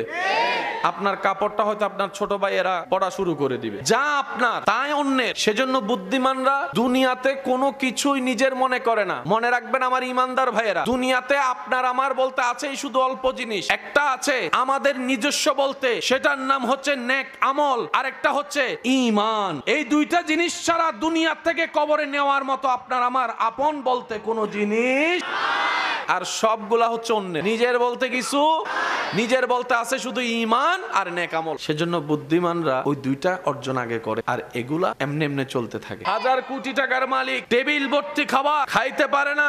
স্যার একটু খান, আপনার জন্য রান্না করেছি। বলে যে না, ডাক্তার নিষেধ করেছে। এটা খান, ডাক্তার নিষেধ করেছে। ওইটা খান, ডাক্তার নিষেধ করেছে। খাবার তো সামনে, পেটে ক্ষুধাও আছে, খেতে তো পারে না। টাকা থাকলে খাওয়া হয় না, রবের এজাজত লাগে। কথা বলেন ঠিক কিনা? আবার অন্যদিকে দেখেন, টাকা পয়সা তেমন কিছু নাই, নুন দিয়া ভাত দিয়া শাক দিয়া খাইয়া নাকটাই না ঘুমাইতেছে। অনেকে নরম বিছানায় যে শান্তির ঘুম ঘুমাতে পারে না, এমন অনেক বান্দা আছে রোদের মধ্যে, রিকশার মধ্যে, গাছের ছায়ায় বসে লম্বা ঘুম, নাক টেনে টেনে। আমাদের একটু বুঝটা খোলা দরকার। আমরা মনে করি এগুলা দিয়ে আসে। আপনি বলতে পারেন টাকা দিয়ে সব হয়, আপনি নিজে প্রশ্ন করেন টাকা দিয়ে কিচ্ছু হয় না, কিচ্ছু হয় না, কিচ্ছু হয় না। ওই টাকার ইনকামের উপর যখন রবের রহমত হয়, তখন সেটা দিয়ে অনেক কিছু হয়ে যায়। মানুষ সুখে থাকার জন্য, ভালো থাকার জন্য XYZ যে কোনো ভাবে ইনকাম করা, টাকা কামানোর একটা চেষ্টা করে। এইভাবে টাকা কামাতে কামাতে ন্যায় অন্যায় বিবেচনা না করে সে 40 বছর পর্যন্ত প্রায় 40 কোটি টাকা কামাইছে। এই 40 কোটি টাকার অঙ্কটা পৌঁছাতে ওনার বয়স গিয়েছে কত? 40। এবার 40 বছর পরে কেউ যদি ওনার মাথায় পিস্তল ঠেকায় বলে লিহি দে, দিবে নাকি দিবে না? এবার আমরা যদি বলি ভাইয়া 40 কোটি টাকা 40 বছর পরিশ্রম করেছেন, দিনরাত আপনি ঘাম জড়াইছেন, লিখে দিছেন, উনি বলবে বাঁচি থাকলে সব হবে, মরে গেলে এগুলা দিয়ে কি হবে, আগে বাঁচি, নিজের জান বাঁচলেই বাকি সবকিছু। কামানো 40 বছর চলে গেল 1 সেকেন্ডে। এমন মালিক আর নাই যিনি পরিশ্রম করা ছাড়া বেতন দেয়। পরিশ্রম করলে কল্পনার চাইতে বেশি দেয়। রব্বুল আলামিন বলে আমি মালিকের গোলামি যদি পরিপূর্ণভাবে করতে পারো দিল থেকে, এই বোনাস তোমাকে প্রত্যেক মিনিটে মিনিটে দেওয়া হবে, মিনিটে মিনিটে দেওয়া হবে। আল্লাহ বাৎসরিক বেতনের অর্ধেক দেয়, তুমি কতটুক দিবা? রব বলে মান জাআ বিল হাসানাতে ফালাহু আশরু আমসালিহা। তুমি আমাকে 1 দিবা, সর্বনিম্ন আমি 10 দিব, 10 দিব, 10 গুণ দিব। সুবহান। যদি আরো বেশি পছন্দ করাতে পারো আমি 700 গুণ দিব, আমি 7000 গুণ দিব, আমি 7 লাখ গুণ দিব। যদি আরো বেশি খুশি করতে পারো, একটা কাজের বিনিময়ে, একটা সওয়াবের বিনিময়ে বেগাইরে হিসাব, হিসাব ছাড়াই দান করব, হিসাব ছাড়াই দান করব। শুধু তাই নয়, দুনিয়ার যেটা দেওয়া হয় সেটা কয়বার দেওয়া হয়? একবার দেওয়া হয়। রব বলে তুমি যদি আমার জন্য করতে পারো, সেটাকে যদি সদকায়ে জারিয়ার মধ্যে তুমি রাখতে পারো, বান্দা দুনিয়াতে থাকা অবস্থায় তো সেটার তুমি বেনিফিট পাবাই পাবা, পাবাই পাবা। যখন পৃথিবীর সবাই তোমাকে জোর করে ধরে অন্ধকার কবরে রেখে আসবে, কিয়ামত পর্যন্ত ওই কাজের সদকায়ে জারিয়ার সওয়াব আমি আল্লাহ তোমাকে দিতেই থাকবো। সুবহানাল্লাহ। আল্লাহ তাআলার ভান্ডারে কমতি বলে কোনো শব্দ না। এবার বলেন আমরা কি পাই না নাকি নিতে জানি না? এবার আপনার সামনে যদি ফেরাউনও চলে আসে, আপনার এই জায়গায় ভয়ের ভ লাগবে না। আপনার সামনে যদি নমরুদও চলে আসে, আপনার এখানে টেনশনের ট লাগবে না। গেল কোথায়? সামান্য টিকটিকি দেখলে এক লাফ দেয় মানুষ, সামান্য তেলাফোকা দেখলে মানুষ আর রুমে থাকে না। আজকে সেই মানুষ এত বড় কঠিন পরীক্ষার সামনে ভয় পায় না কেন? তখন মুমিন উত্তর দেয়, যতদিন স্রষ্টাকে ভয় পাই নাই, সৃষ্টি আমাকে ভয় দেখিয়েছে। যেই দিন থেকে এই হৃদয়ে স্রষ্টার ভয়, ইত্তাকুল্লাহ, স্রষ্টার ভয়কে জাগাই দিয়েছি, সেই দিন থেকে সৃষ্টি আমাকে আর ভয় দেখাইতে পারে না। সুবহান। অন্ধকারে আমরা চলতে পারি, একা রুমে থাকতে পারি, একা জঙ্গলে যেতে পারি, কারণ আমাদের এখানে হাঁটা চলে না, পা চলে না। কি কারণে? আমাদের এখানে কি লাগে? কিসের ভয়? অনেক সময় এমন এমন ভয় পাই, কারে ভয় পাই, ভয় লাগতেছে কিন্তু কিসের ভয় জানি না। আমরা যে কখন কি কারণে কারে ভয় পাই, কিসকে ভয় পাই সেটাও জানি না। ভয় আমাদেরকে কন্ট্রোল করে, করাচ্ছে কে? শয়তান, যেন আমরা সামনের দিকে এগোতে না পারি। এবার আপনি কি করলেন? নবীর প্রেম নিয়ে, আদব নিয়ে, আল্লাহর ভয় নিয়ে অন্তরকে আলোকিত করে ফেলছেন। আলোর জায়গায় অন্ধকারের মতো শয়তান আসতে পারে। এবার সে আপনাকে আর ওই ভয়টা দিতে পারে না। এবার বুঝতে পেরেছেন কিভাবে আল্লাহর ওয়ালারা, আল্লাহর প্রিয় বান্দারা সবকিছু ফেলে জঙ্গলে গিয়ে ইবাদত করছে। উনি ইবাদত করেছেন, পরে গিয়েছেন তো আগে। যাওয়ার সেই ভয়টা গেল কোথায়? নাই। পিস্টান বলো তো একটা শব্দ আছে, মায়া বলো তো একটা শব্দ আছে, পরিবারের টান বলো তো শব্দ আছে, সন্তানের টান বলো তো শব্দ আছে, বউয়ের টান বলো তো শব্দ আছে, মা বাবার টান বলো তো শব্দ আছে। হাজার টানের চিহ্ন করে উনি বছরের পর বছর জঙ্গলে কাটালেন কিভাবে? আমরা তো পারতাম না, উনি পারলেন কিভাবে? উনি কি করলেন? ভয়ের জায়গাটা টাকাটা রবের নামে রেজিস্ট্রি করে দিয়েছেন, টেনশনের সমস্ত কিছু রবের উপর ছেড়ে দিয়েছেন, মায়া সব ভালোবাসা সব আল্লাহ এবং রসুলের জন্য উৎসর্গ করে দিয়েছেন। এবার তার দিলে শয়নে স্বপনে আল্লাহ এবং রসুল, দুনিয়া তাকে আর চম্বুকের মতো টানতে পারে। এখন যখন দুনিয়ার মাধ্যমে শয়তান যখন চম্বুকের মতো টানতে পারে না, আল্লাহর রহমত ওনাকে টানতে শুরু করেছে, রহমত টানতে শুরু করেছে, রহমত ওনাকে টানতে শুরু করেছে। এই টানতে টানতে এই দুনিয়ার থেকে ওনাকে জান্নাতের দরজা পর্যন্ত পৌঁছায় দিবে। সুবহান। প্রত্যেকটা কিছুর একটা সিস্টেম, একটা নিয়ম, নিয়ম মোতাবেক কাজ করার দরকার আছে না নাই? ওই সিস্টেমের নামই হচ্ছে ইসলাম। দুনিয়ার যেগুলো পরীক্ষা আছে, ইন্টারভিউ বলেন, সবকিছু নির্ধারণ দেওয়া আছে, কিন্তু ঈমানের রাস্তার পরীক্ষা হচ্ছে প্রত্যেক সেকেন্ডে সেকেন্ড, জান্নাতের রাস্তার পরীক্ষা সেকেন্ডে সেকেন্ড। দুনিয়াতে ভালো পাস করতে গেলে কিছু নিয়মের দরকার। বললাম আমার ভাইদেরকে যে জান্নাতের রাস্তার পরীক্ষা হচ্ছে প্রত্যেক সেকেন্ডে সেকেন্ডে। এটা আপনার শারীরিক ভাবে হবে, মানসিক ভাবে হবে, মন থেকে হবে, পারিবারিক ভাবে হবে, সামাজিক ভাবে হবে, অসুস্থতা দিয়ে হবে, অর্থনীতি দিয়ে হবে, এই দিয়ে হবে, ভয় দিয়ে হবে, নষ্ট দিয়ে হবে, সম্পদ নষ্ট দিয়ে হবে, সন্তান মারা দিয়ে হবে, বিভিন্নভাবে পরীক্ষা, বিভিন্নভাবে পরীক্ষা, বিভিন্নভাবে পরীক্ষা। রব বলে যে প্রত্যেকটা সেকেন্ডে সেকেন্ড আমি আমার মুমিন বান্দাদেরকে পরীক্ষা করতেই থাকবো। তবে মনে রাখো, সফল তারাই হবে যাদের ধৈর্য থাকবে, ঈমানের উপর অটল থাকবে, তারাই হচ্ছে সফল, তারাই বিজয়ী, তারাই জান্নাত পাবে, দুনিয়াও তাদের জন্য হবে। সুবহান। অস্থির হওয়া যাবে? তাহলে আপনাকে পরীক্ষায় জিততে যাওয়ার জন্য, জিতার জন্য ধৈর্যশীল হওয়ার দরকার আছে না নাই? অস্থির হলে পরীক্ষায়, এবার সত্যি করে বলেন তো, আমরা জীবন চলার পথে বেশিরভাগ কি ধৈর্যশীলের পরিচয় দিই নাকি অস্থির হই? এই অস্থিরটা হলে কি পাস না ফেল? আমরা ফেল করলে খুশি কে? সেজন্য আপনাকে আমাকে অস্থির বানায় দেয় শয়তানে। অস্থিরতা আসে কি আল্লাহ থেকে না শয়তান থেকে? ধৈর্য আসে কি শয়তান থেকে না আল্লাহ থেকে? পাস করার জন্য কি অস্থিরতা দরকার না ধৈর্য দরকার? আপনাকে আমাকে পথ চলতে হবে ধৈর্যের দিকে। অস্থিরতা হওয়া যাবে? কেউ কে ফোন দিছেন একবার দুইবার, রিসিভ করে নাই, অস্থির হয়ে গেলেন, চলবে না। এই অস্থিরতাকে কাটাতে চাইলে ছোট্ট ছোট্ট কাজ দিয়ে প্র্যাকটিস করতে হবে। জীবনের ছোট্ট ছোট্ট কাজ, আশেপাশের কাজগুলোকে দিয়ে যদি প্র্যাকটিস করেন, আস্তে আস্তে ধৈর্য আসতে থাকবে। বান্দা চেষ্টা করবে, রব্বুল আলামিন তার জীবনকে ধৈর্যশীল বানিয়ে দিবে। বলেন সুবহানাল্লাহ। সুখ শান্তিতে থাকার জন্য একটা জিনিস দরকার, সেটা হচ্ছে রবের রহমত। এই রবের রহমতটা পাওয়ার জন্য কিছু কাজের দরকার আছে না নাই? এই কাজগুলাই হচ্ছে ইবাদত, যেগুলা বান্দা করলে রব খুশি হয়, রব খুশি হলে রহমত দেয়। আপনার আমার কাছে মাকে এক গ্লাস পানি দেওয়া এটা সামান্য বিষয়, কিন্তু আপনি যখন রহমতের চোখ দিয়ে দেখবেন এটা সামান্য বিষয় নয়। এমনও হতে পারে আপনার মায়ের অন্তর খুশি করা, বাবার অন্তর খুশি করার আপনার একটা কাজ আপনার জীবনে অনেক বড় বড় বিপদ আল্লাহ পাক ক্যান্সেল করে দিয়েছেন শুধু মা বাবা খুশি হওয়ার জন্য। সুবহান। ভবিষ্যতে বিপদ ক্যান্সেল করে দিয়েছেন আল্লাহ, বর্তমানে তো আমরা জানিও না, বুঝি না, আমরা তো হওয়ার পরে জানি। আবদার করে একটা কথা বলি, মনে রাখবেন, হিংসা, অহংকার, লোভ, রাগ, অভিমান, বিশেষ করে পাঁচটা সংক্রান্ত কোন সিদ্ধান্ত যারাই নেই, এগুলাই বেশিরভাগ ভুল হয়। অভিমান করে সিদ্ধান্ত নিলে ভুল হয়। বেশিরভাগ মানুষ জীবনে নষ্ট করেছে রাগের সিদ্ধান্তের কারণে। রাগ কুটে এমন এমন মাথা ঠিক ছিল না, এমন এমন কাজ করছে, 5 বছর পরে গিয়ে দেখেছে দাগ এটা আর বুঝে না। তো 10 জনে জিজ্ঞেস করে কিরে দাগটা কোত্থেকে আসলো, হ্যাঁ বলতে পারে না, নাও বলতে পারে না। অভিমান করে 10টা ঘুমের ওষুধ খেয়ে ফেলছে, এখন যখন ঘুম থেকে উঠে না, সবাই মিলে ধরে মেডিকেল নিয়ে বমি করাই ফেলছে, ওষুধ বের করছে, কিন্তু আগের আর পরিবেশ নাই, আজীবন কষ্ট পাওয়া লাগতেছে। একটু মাথায় রাখবেন, রাগ, অভিমান, হিংসা, অহংকার, লোভ, এই 5টা সংক্রান্তর কোন একটা বিষয় যদি সিদ্ধান্ত নেওয়া হয়, এখানে 99.99% ভুল সিদ্ধান্ত নেওয়া হয় বেশি। এটাই চিরসত্য কথা। যাই সিদ্ধান্ত নেবেন এই 5টা থেকে নিজেকে মুক্ত করেই নেবেন। দরকার হলে 5টা মিনিট সময় দেবেন, নিজেকে একটু সময় দিয়ে রাগ, হিংসা, লোভ, অহংকার থেকে, অভিমান থেকে একটু বের হয়ে আসবেন। টেনশন কাদের? যাদের এখনো সেই বিশ্বাসটা পরিপূর্ণ হয়, টেনশন তাদের। আর যারা এই বিশ্বাস পরিপূর্ণ এখানে স্থান দিতে পেরেছে, ওনারা কারবালার ময়দানে গিয়েও মুখে হাসি রাখতে পেরেছে। ওনারা আগুনের সামনেও পড়ে ইব্রাহিম নবী মুস্কি হাসি হাসতেই আছে, ইউনুস নবী মাছের পেটে মুস্কি হাসি হাসতেই আছে, বিভিন্ন পয়গম্বর বিভিন্ন আপদ মুসিবতে পড়ে মুস্কি হাসি হাসতেই আছে। ইউনুস নবী বলে, মাছ তোর পেটে অন্যরা আসলে এতক্ষণ শেষ, কিন্তু আমি জানি আমাকে তুই শেষ করতে পারবি না,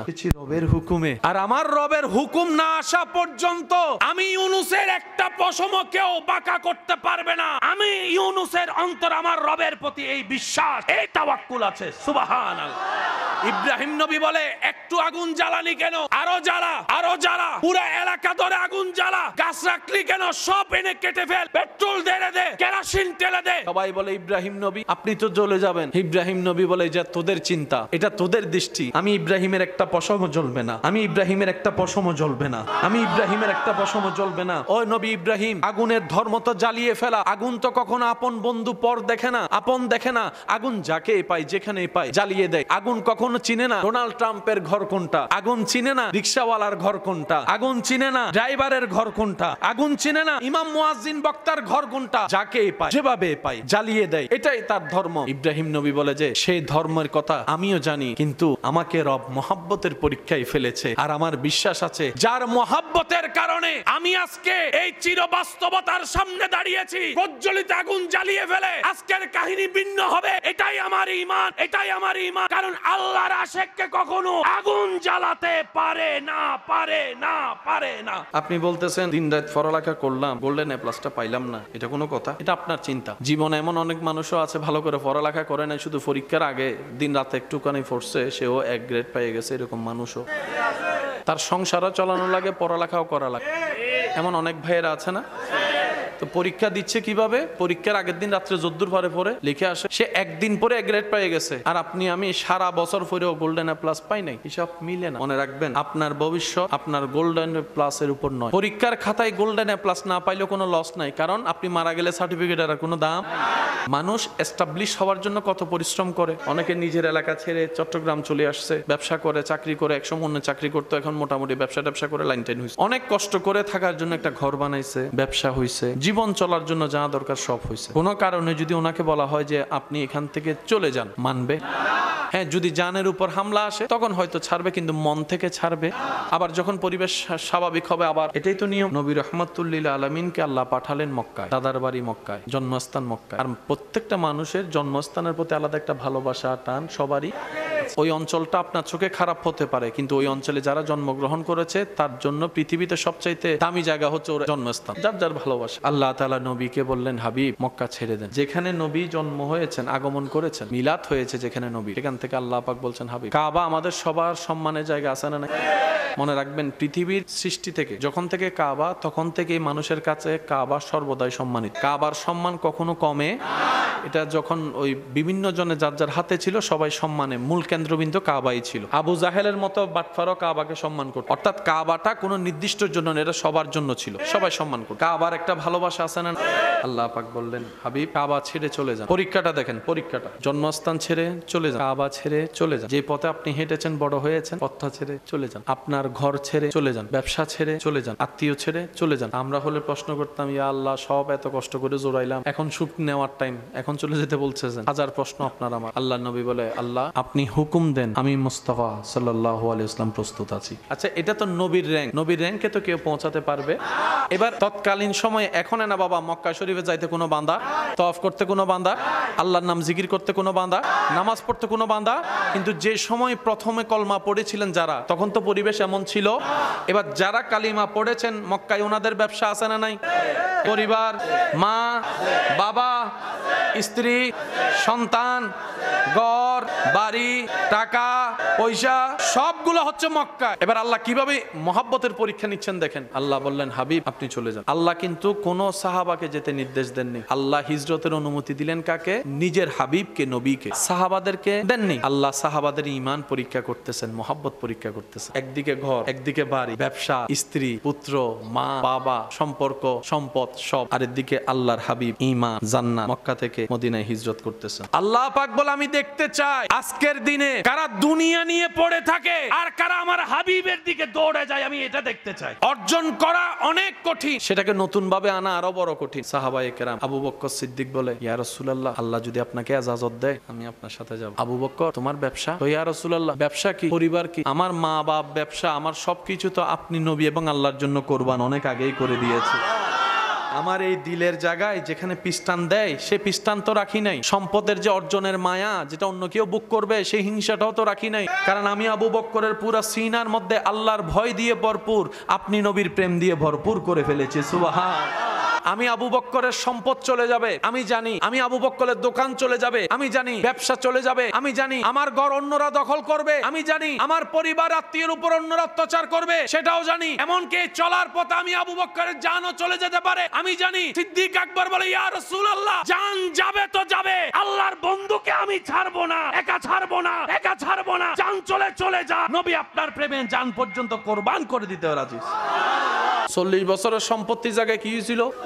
যখন জানের প্রশ্ন আসছে, সম্পত্তি সব আগে জান বাঁচক। সাহাবায়ে কেরাম বলে যে শুধু সম্পদ না, জান সহ কোরবান, জান সহ কোরবান, জান সহ কোরবান। এবার ঘটনা যখন ঘটছে, তাকিয়ে আছেন কে? এবার সবার দুনিয়াবি সম্পদ আছে না নাই, যার যার মতো করে। এবার আল্লাহ পাক দেখে আবু বকর সিদ্দিক সবকিছু ফেলে বাইরে গেছে মদিনার পথে। ওই সাহাবাও, ওই সাহাবাও, ওই সাহাবাও সব মদিনার দিকে, সব মদিনার দিকে। মুহাজির হচ্ছে সবাই, মুহাজির, মুহাজির, মুহাজির। যাচ্ছেন কোথায়? আল্লাহর হাবিব যেখানে, আল্লাহর হাবিব যেখানে, আল্লাহর বন্ধু যেখানে, সেদিকেই আমাদের পথ চলা। আপনাদের এগুলা, তোমরা তো দেখছো এগুলা, আমরা তো চোখ বন্ধ করে দেখছি যে সামনে আমাদের জন্য জান্নাতে মহল তৈরি করে রেখেছেন রব্বুল আলামিন। আমরা অল্পটা নিচ্ছি না, বেশিটা নিব। চলছে চলছে। মক্কাবাসী অবাক, কারণ তাদের প্ল্যানিং ছিল অন্তত ঘরের জন্য হলেও তো থেকে যাবে, ব্যবসার জন্য হলেও তো থেকে যাবে। এগুলা ছেড়ে তো আর যাবে না, এটা ওদের চিন্তা ছিল। ওদের চিন্তার মধ্যে ধুলি দিয়ে সাহাবায়ে কেরাম 100 গুণ আগিয়ে চলে গেলেন মদিনা শরীফের মধ্যে। এবার মদিনায় গেলেন, ওখানে কোনো আত্মীয়, কোনো ঘর, কোনো ব্যবসা, কোনো ইনকাম নাই, নাই কিছু নাই, জেনেও চলে গেছে। ও সাহাবায়ে কেরাম এখন করবেন কি? যার নামে বের হইছে উনি আছেন, আল্লাহ এটা দেখতে চায়। এবার সবাই আওয়াজ দিয়ে বলেন, সব সাহাবার জীবন আল্লাহ তাআলা সাজাই দিছে কি দেয় না? সম্মান কমাই দিছে না বাড়াই দিছে? যা হারাইছে তার চাইতে কম পাইছে না বেশি পাইছে? সেজন্য রবের রাস্তায় কোনো লস নাই। মুসলমানরা বাকি সব রাখে আল্লাহর কাছে, যেখানে কখনো ওয়াদা খেলাফ হয় না। আমাদের কাজ হচ্ছে আল্লাহ এবং রসুলের দেওয়া বিধানের মধ্যে সর্বোচ্চ মেনে চলে চেষ্টা করে চলা। কবুল করার মালিক, নিয়ামত দেওয়ার মালিক, নিজের গুনার জন্য তওবা করা, সর্বোচ্চ আল্লাহর কাছে শুকরিয়া করা। তৃষ্ণা লাগলে কি খেতে হয়? পানি খাওয়ার সিস্টেম ইসলামে আছে না?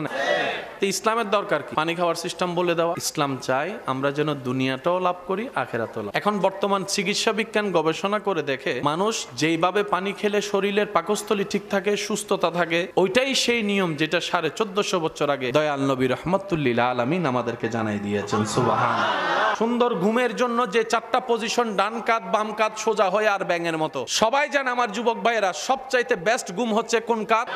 চিকিৎসা বিজ্ঞানও বলে ডান কাত। হজম শক্তি ভালো হয়। 1450 বছর আগে কি পরামর্শ দয়াল নবী উম্মতকে জানিয়ে দিয়েছেন? উম্মত, ঘুমানোর সর্বশ্রেষ্ঠ চেষ্টা করবা ডান কাত হয়ে, ডান কাত হয়ে, ডান কাত হয়ে। সুবহানাল্লাহ।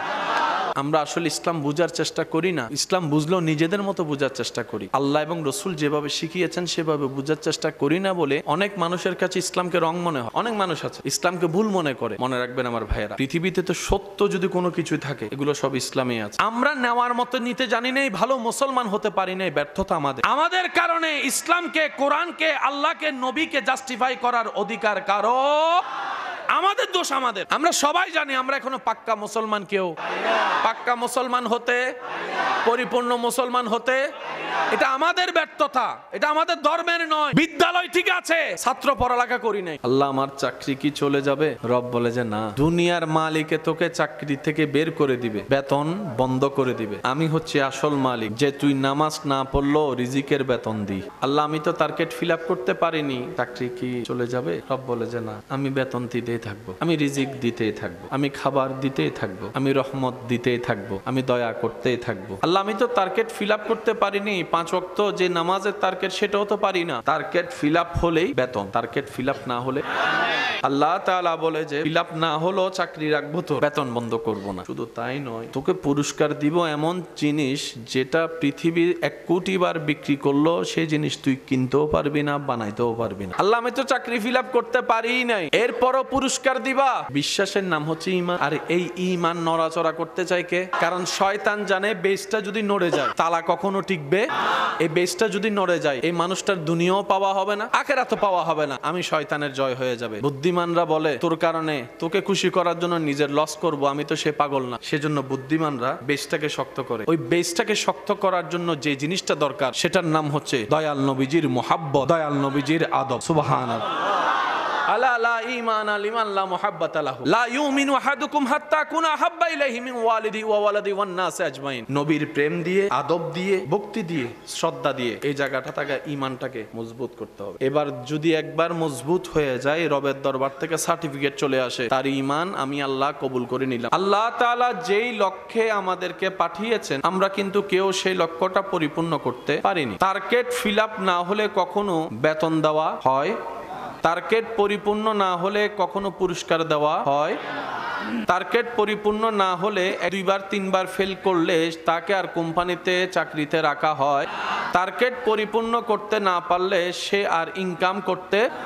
সৌভাগ্য আমাদের এত মহান, আমাদের রব হচ্ছেন রব্বুল আলামিন। সৌভাগ্য আমাদের এত মহান, আমাদের রব রব্বুল আলামিন, আমাদের নবী রাহমাতুল লিল আলামিন। টার্গেট ফিল আপ না হলে কখনো তাকে পুরস্কার দেওয়া, সুযোগ দেওয়া হয় একবার, দুইবার, তিনবার, এরপরে কোম্পানি তাকে রাখতে চায়, কারণ যার কারণে লস হয় তাকে রাখবে কেন? অনেকে একটা কথা বলে, আত্মীয়তার সম্পর্ক বাহিরে, ব্যবসা ব্যবসার জায়গায়, চাকরি চাকরির জায়গায়। আল্লাহ তাআলা আমাদের সবাইকে একটা টার্গেটে পাঠিয়েছেন। ওয়ামা খালাকতুল জিন্না ওয়াল ইনসা ইল্লা লিয়াবুদুন। রবের ইবাদত করে 24টা ঘন্টায় জীবন যাপন করে রবকে খুশি করে চলা, রবকে খুশি করে দিন করা, রবকে খুশি করে রাত উদযাপন করা, রবকে খুশি করতে করতেই একদিন শেষ নিঃশ্বাস নিয়ে বিদায় নেওয়া। আমরা টার্গেটকেও পরিপূর্ণ করতে, আমরা সকালেও ফেল, দুপুরও, বিকালে, রাতে, শনিবারে, বৃহস্পতিবারে, শুক্রবারে,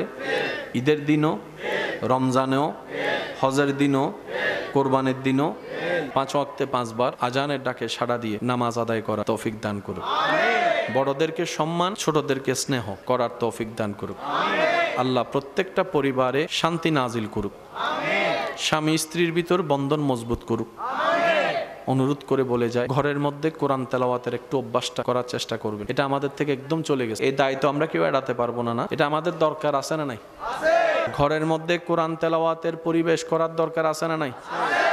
কোরআন তেলাওয়াত যদি করতে নাও পারেন, আপনার মোবাইলে তো ইউটিউব আছে, একটা কোরআন তেলাওয়াত ছেড়ে দেন না। যতক্ষণ কোরআন তেলাওয়াত চলবে, কান খোলা থাকবে, মুখ থাকবে বন্ধ, নিজেও শুনলেন, সবাইকে শুনাইলেন। একটা সূরা চলতে কতক্ষণ লাগে? আমরাই যদি কোরআনকে মূল্যায়ন না করি, আর কে করবে? অন্তত আমি অনুরোধ করব, আমার বোনেরা যদি শুনে থাকেন, আমি আমার বোনদের কাছেও ভাই হিসেবে আবদার করে যাব, প্রত্যেকজনের ঘরের পরিবেশ পরিস্থিতি কেমন সবাই জানি, নিজের মোতাবেক সময় বের করে রবের দরবারে হাজিরা দেওয়ার জন্য সময় বের করে নেবেন এবং নিজের ঘরটাকে জান্নাতি পরিবেশ আপনি শুনে দেখবেন। কোরআন তেলাওয়াত যদি আপনি ঘরে চালান, দেখবেন যে ঘরের মহলটাই পাল্টায় যায়। যে ছাড়ে তার অন্তরও শান্তি হয়, যে শুনে তার অন্তরও শান্তি হয়। মনে পড়ে রমজান মাসে যে কোরআন তেলাওয়াত শোনা যেত এক সময়, মাইকে মাইকে এক সময় শোনা যেত না রমজান মাসে? এই কোরআন তেলাওয়াতের আওয়াজে রমজানের একটা মহল তৈরি করে ফেলে। আমি অনুরোধ করব, এই বিষয়টা আপনারা একটু আপনাদের মতো করে চেষ্টা করবেন। কারো প্রতি কোনো রাগ হিংসা রাখার দরকার, এগুলা রাখলে নিজেরই ক্ষতি হয়। অন্যের প্রতি রাগ হিংসা রাখলে নিজেরই ক্ষতি হয়। অন্তরকে পরিষ্কার করে দেন, সবাইকে মাফ করে দেন। নবী বলে যে অন্যকে মাফ করে আল্লাহ তাকে মাফ করে। নিজে মাফ পাওয়ার জন্য অন্যকে মাফ করে দেওয়ার দরকার আছে। সুবহ তওবা মে হুই बटता है बड़ा नूर का, सदका लेने नूर का आया है तारा नूर का। अल्लाहुम्मा सल्ले अला मौलाना मुहम्मद व अला आले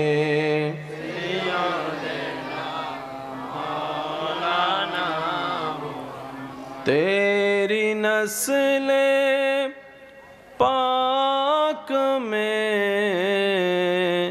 है बच्चा बच्चा नूर का, तू है आईने नूर तेरा सब घराना नूर का।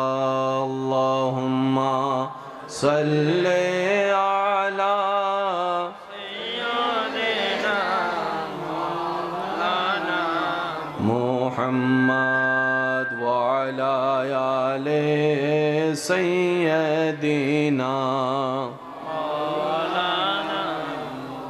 الله الله الله الله الله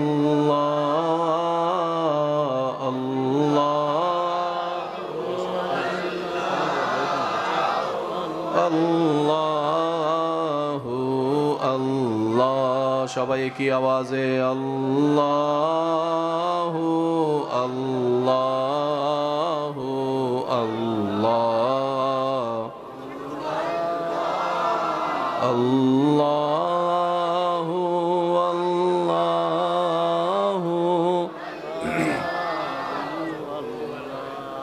अल्लाह ही अल्लाह किया करो दुख न किसी को दिया करो जो दुनिया का मालिक है नाम उसी का लिया करो अल्लाह ही अल्लाह अल्लाह ही अल्लाह अल्लाह ही अल्लाह किया करो दुख न किसी को दिया करो जो दुनिया का मालिक है नाम उसी का लिया करो अल्लाह ही अल्लाह अल्लाह ही अल्लाह अल्लाह अल्लाह अल्लाह अल्लाह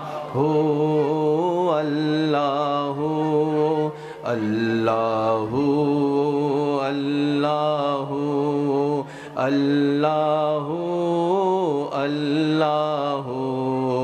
अल्लाह अल्लाह अल्लाह अल्लाह अल्लाह अल्लाह अल्लाह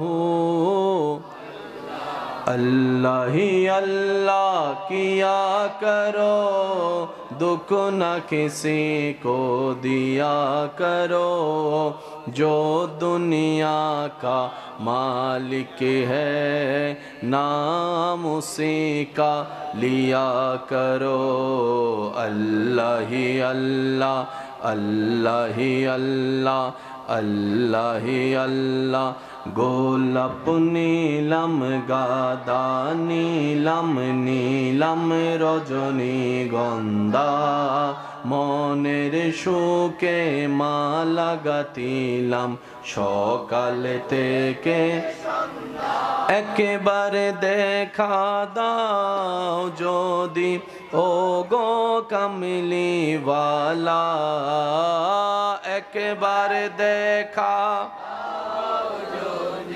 ও গো কামলিওয়ালা হাসি মুখে পড়াবো তোমায় হাজার ফুলের মালা বলি সবাই ইয়া রাসূলুল্লাহ ইয়া হাবিবাল্লাহ মাশাআল্লাহ একটু জোরে জোরে ইয়া রাসূলুল্লাহ হলুদ ফুলকে প্রশ্ন করি রংটি কোথায় পেলে হলুদ ফুলকে প্রশ্ন করি রংটি কোথায় পেলে উত্তর দেয় সেই রংটি ছিল নূর নবীজির ত্বকে তাই সেই ফুলকে বাগান থেকে তুলে গাঁথলাম মালা সুযোগ পেলে পড়াবো তোমায় হাজার ফুলের মালা শেষবারের মতো ইয়া রাসূলুল্লাহ ইয়া হাবিবাল্লাহ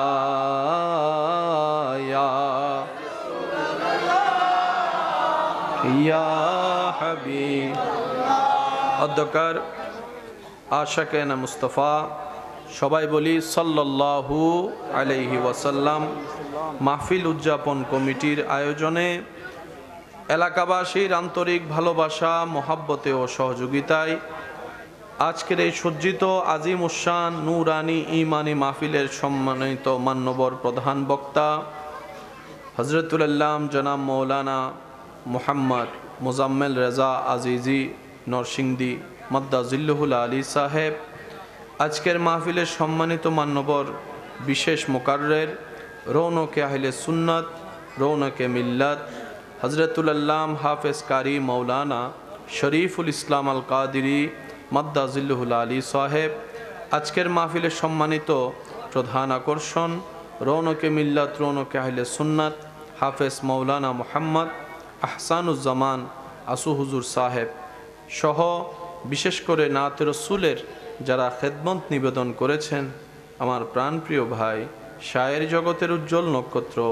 শায়ের আহলে সুন্নাত শায়ের মৌলানা মুহাম্মদ ইমরান হোসেন আল কাদিরি মাদ্দাজিল্লুহুল আলী, শায়ের আহলে সুন্নাত শায়ের মুহাম্মদ ইশতিয়াক রাফি সাহেব সহ আমন্ত্রিত ওয়াদিগার উলামায়ে কেরাম, উপস্থিত এলাকার মান্যবর ব্যক্তিবর্গ, মুরব্বিয়ানে এজাম, উপস্থিত স্কুল কলেজ ভার্সিটি মাদ্রাসার প্রাণপ্রিয় ছাত্র ভাইয়েরা, আমার সম্মানিত মা ও বোনেরা, উপস্থিত আল্লাহর প্রেমিক নবীর প্রেমিক ইমানদার ভাইয়েরা, আসসালামু আলাইকুম ওয়া রাহমাতুল্লাহি তাআলা ওয়া বারাকাতুহু। আপন আপন জায়গা থেকে সবাই রবের রহমতের দরবার থেকে রহমত ভিক্ষা পাওয়ার আশায় মোহাব্বতের আওয়াজে একবার বলি আলহামদুলিল্লাহ। আমার মনে হয় আপনারা চাইলে আওয়াজটা আর একটু বড় হবে, আর একটু বড় করে বলেন আল্লাহ তাআলা দয়া করে আমাদের সবার জীবনের গুনাহ মাফ করে দিন। আল্লাহ মেহেরবানি করে আমাদের সবার মা বাবার গুনাহ মাফ করে দিন।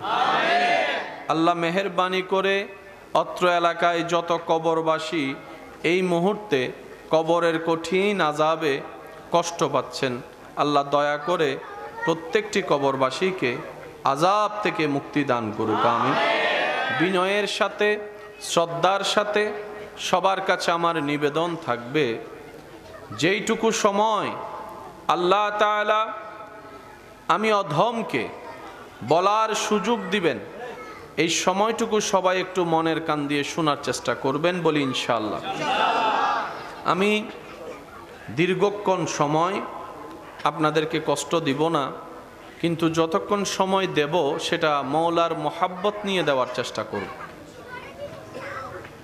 আওয়াজগুলো একটু যদি বন্ধ করা যায়, পিছনে পিছনে।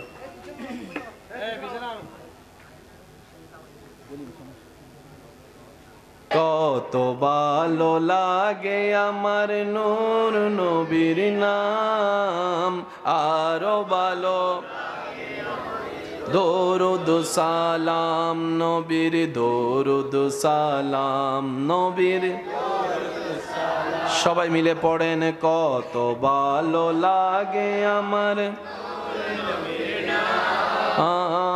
আরো ভালো লাগে নবীর লাম নবীর, দরুদ সালাম নবীর। দরুদ শরীফের আওয়াজ যেন বড় হয়, সবাই মিলে আল্লাহুম্মা সাল্লি আলা সাইয়্যিদিনা মুহাম্মাদিন, আল্লাহুম্মা সাল্লি আলা সাইয়্যিদিনা মুহাম্মাদিন, আল্লাহুম্মা সাইয়্যিদিনা মুহাম্মাদিন। উচ্চ আওয়াজে একবার বলেন মারহাবা, আরো জোরে বলেন মারহাবা।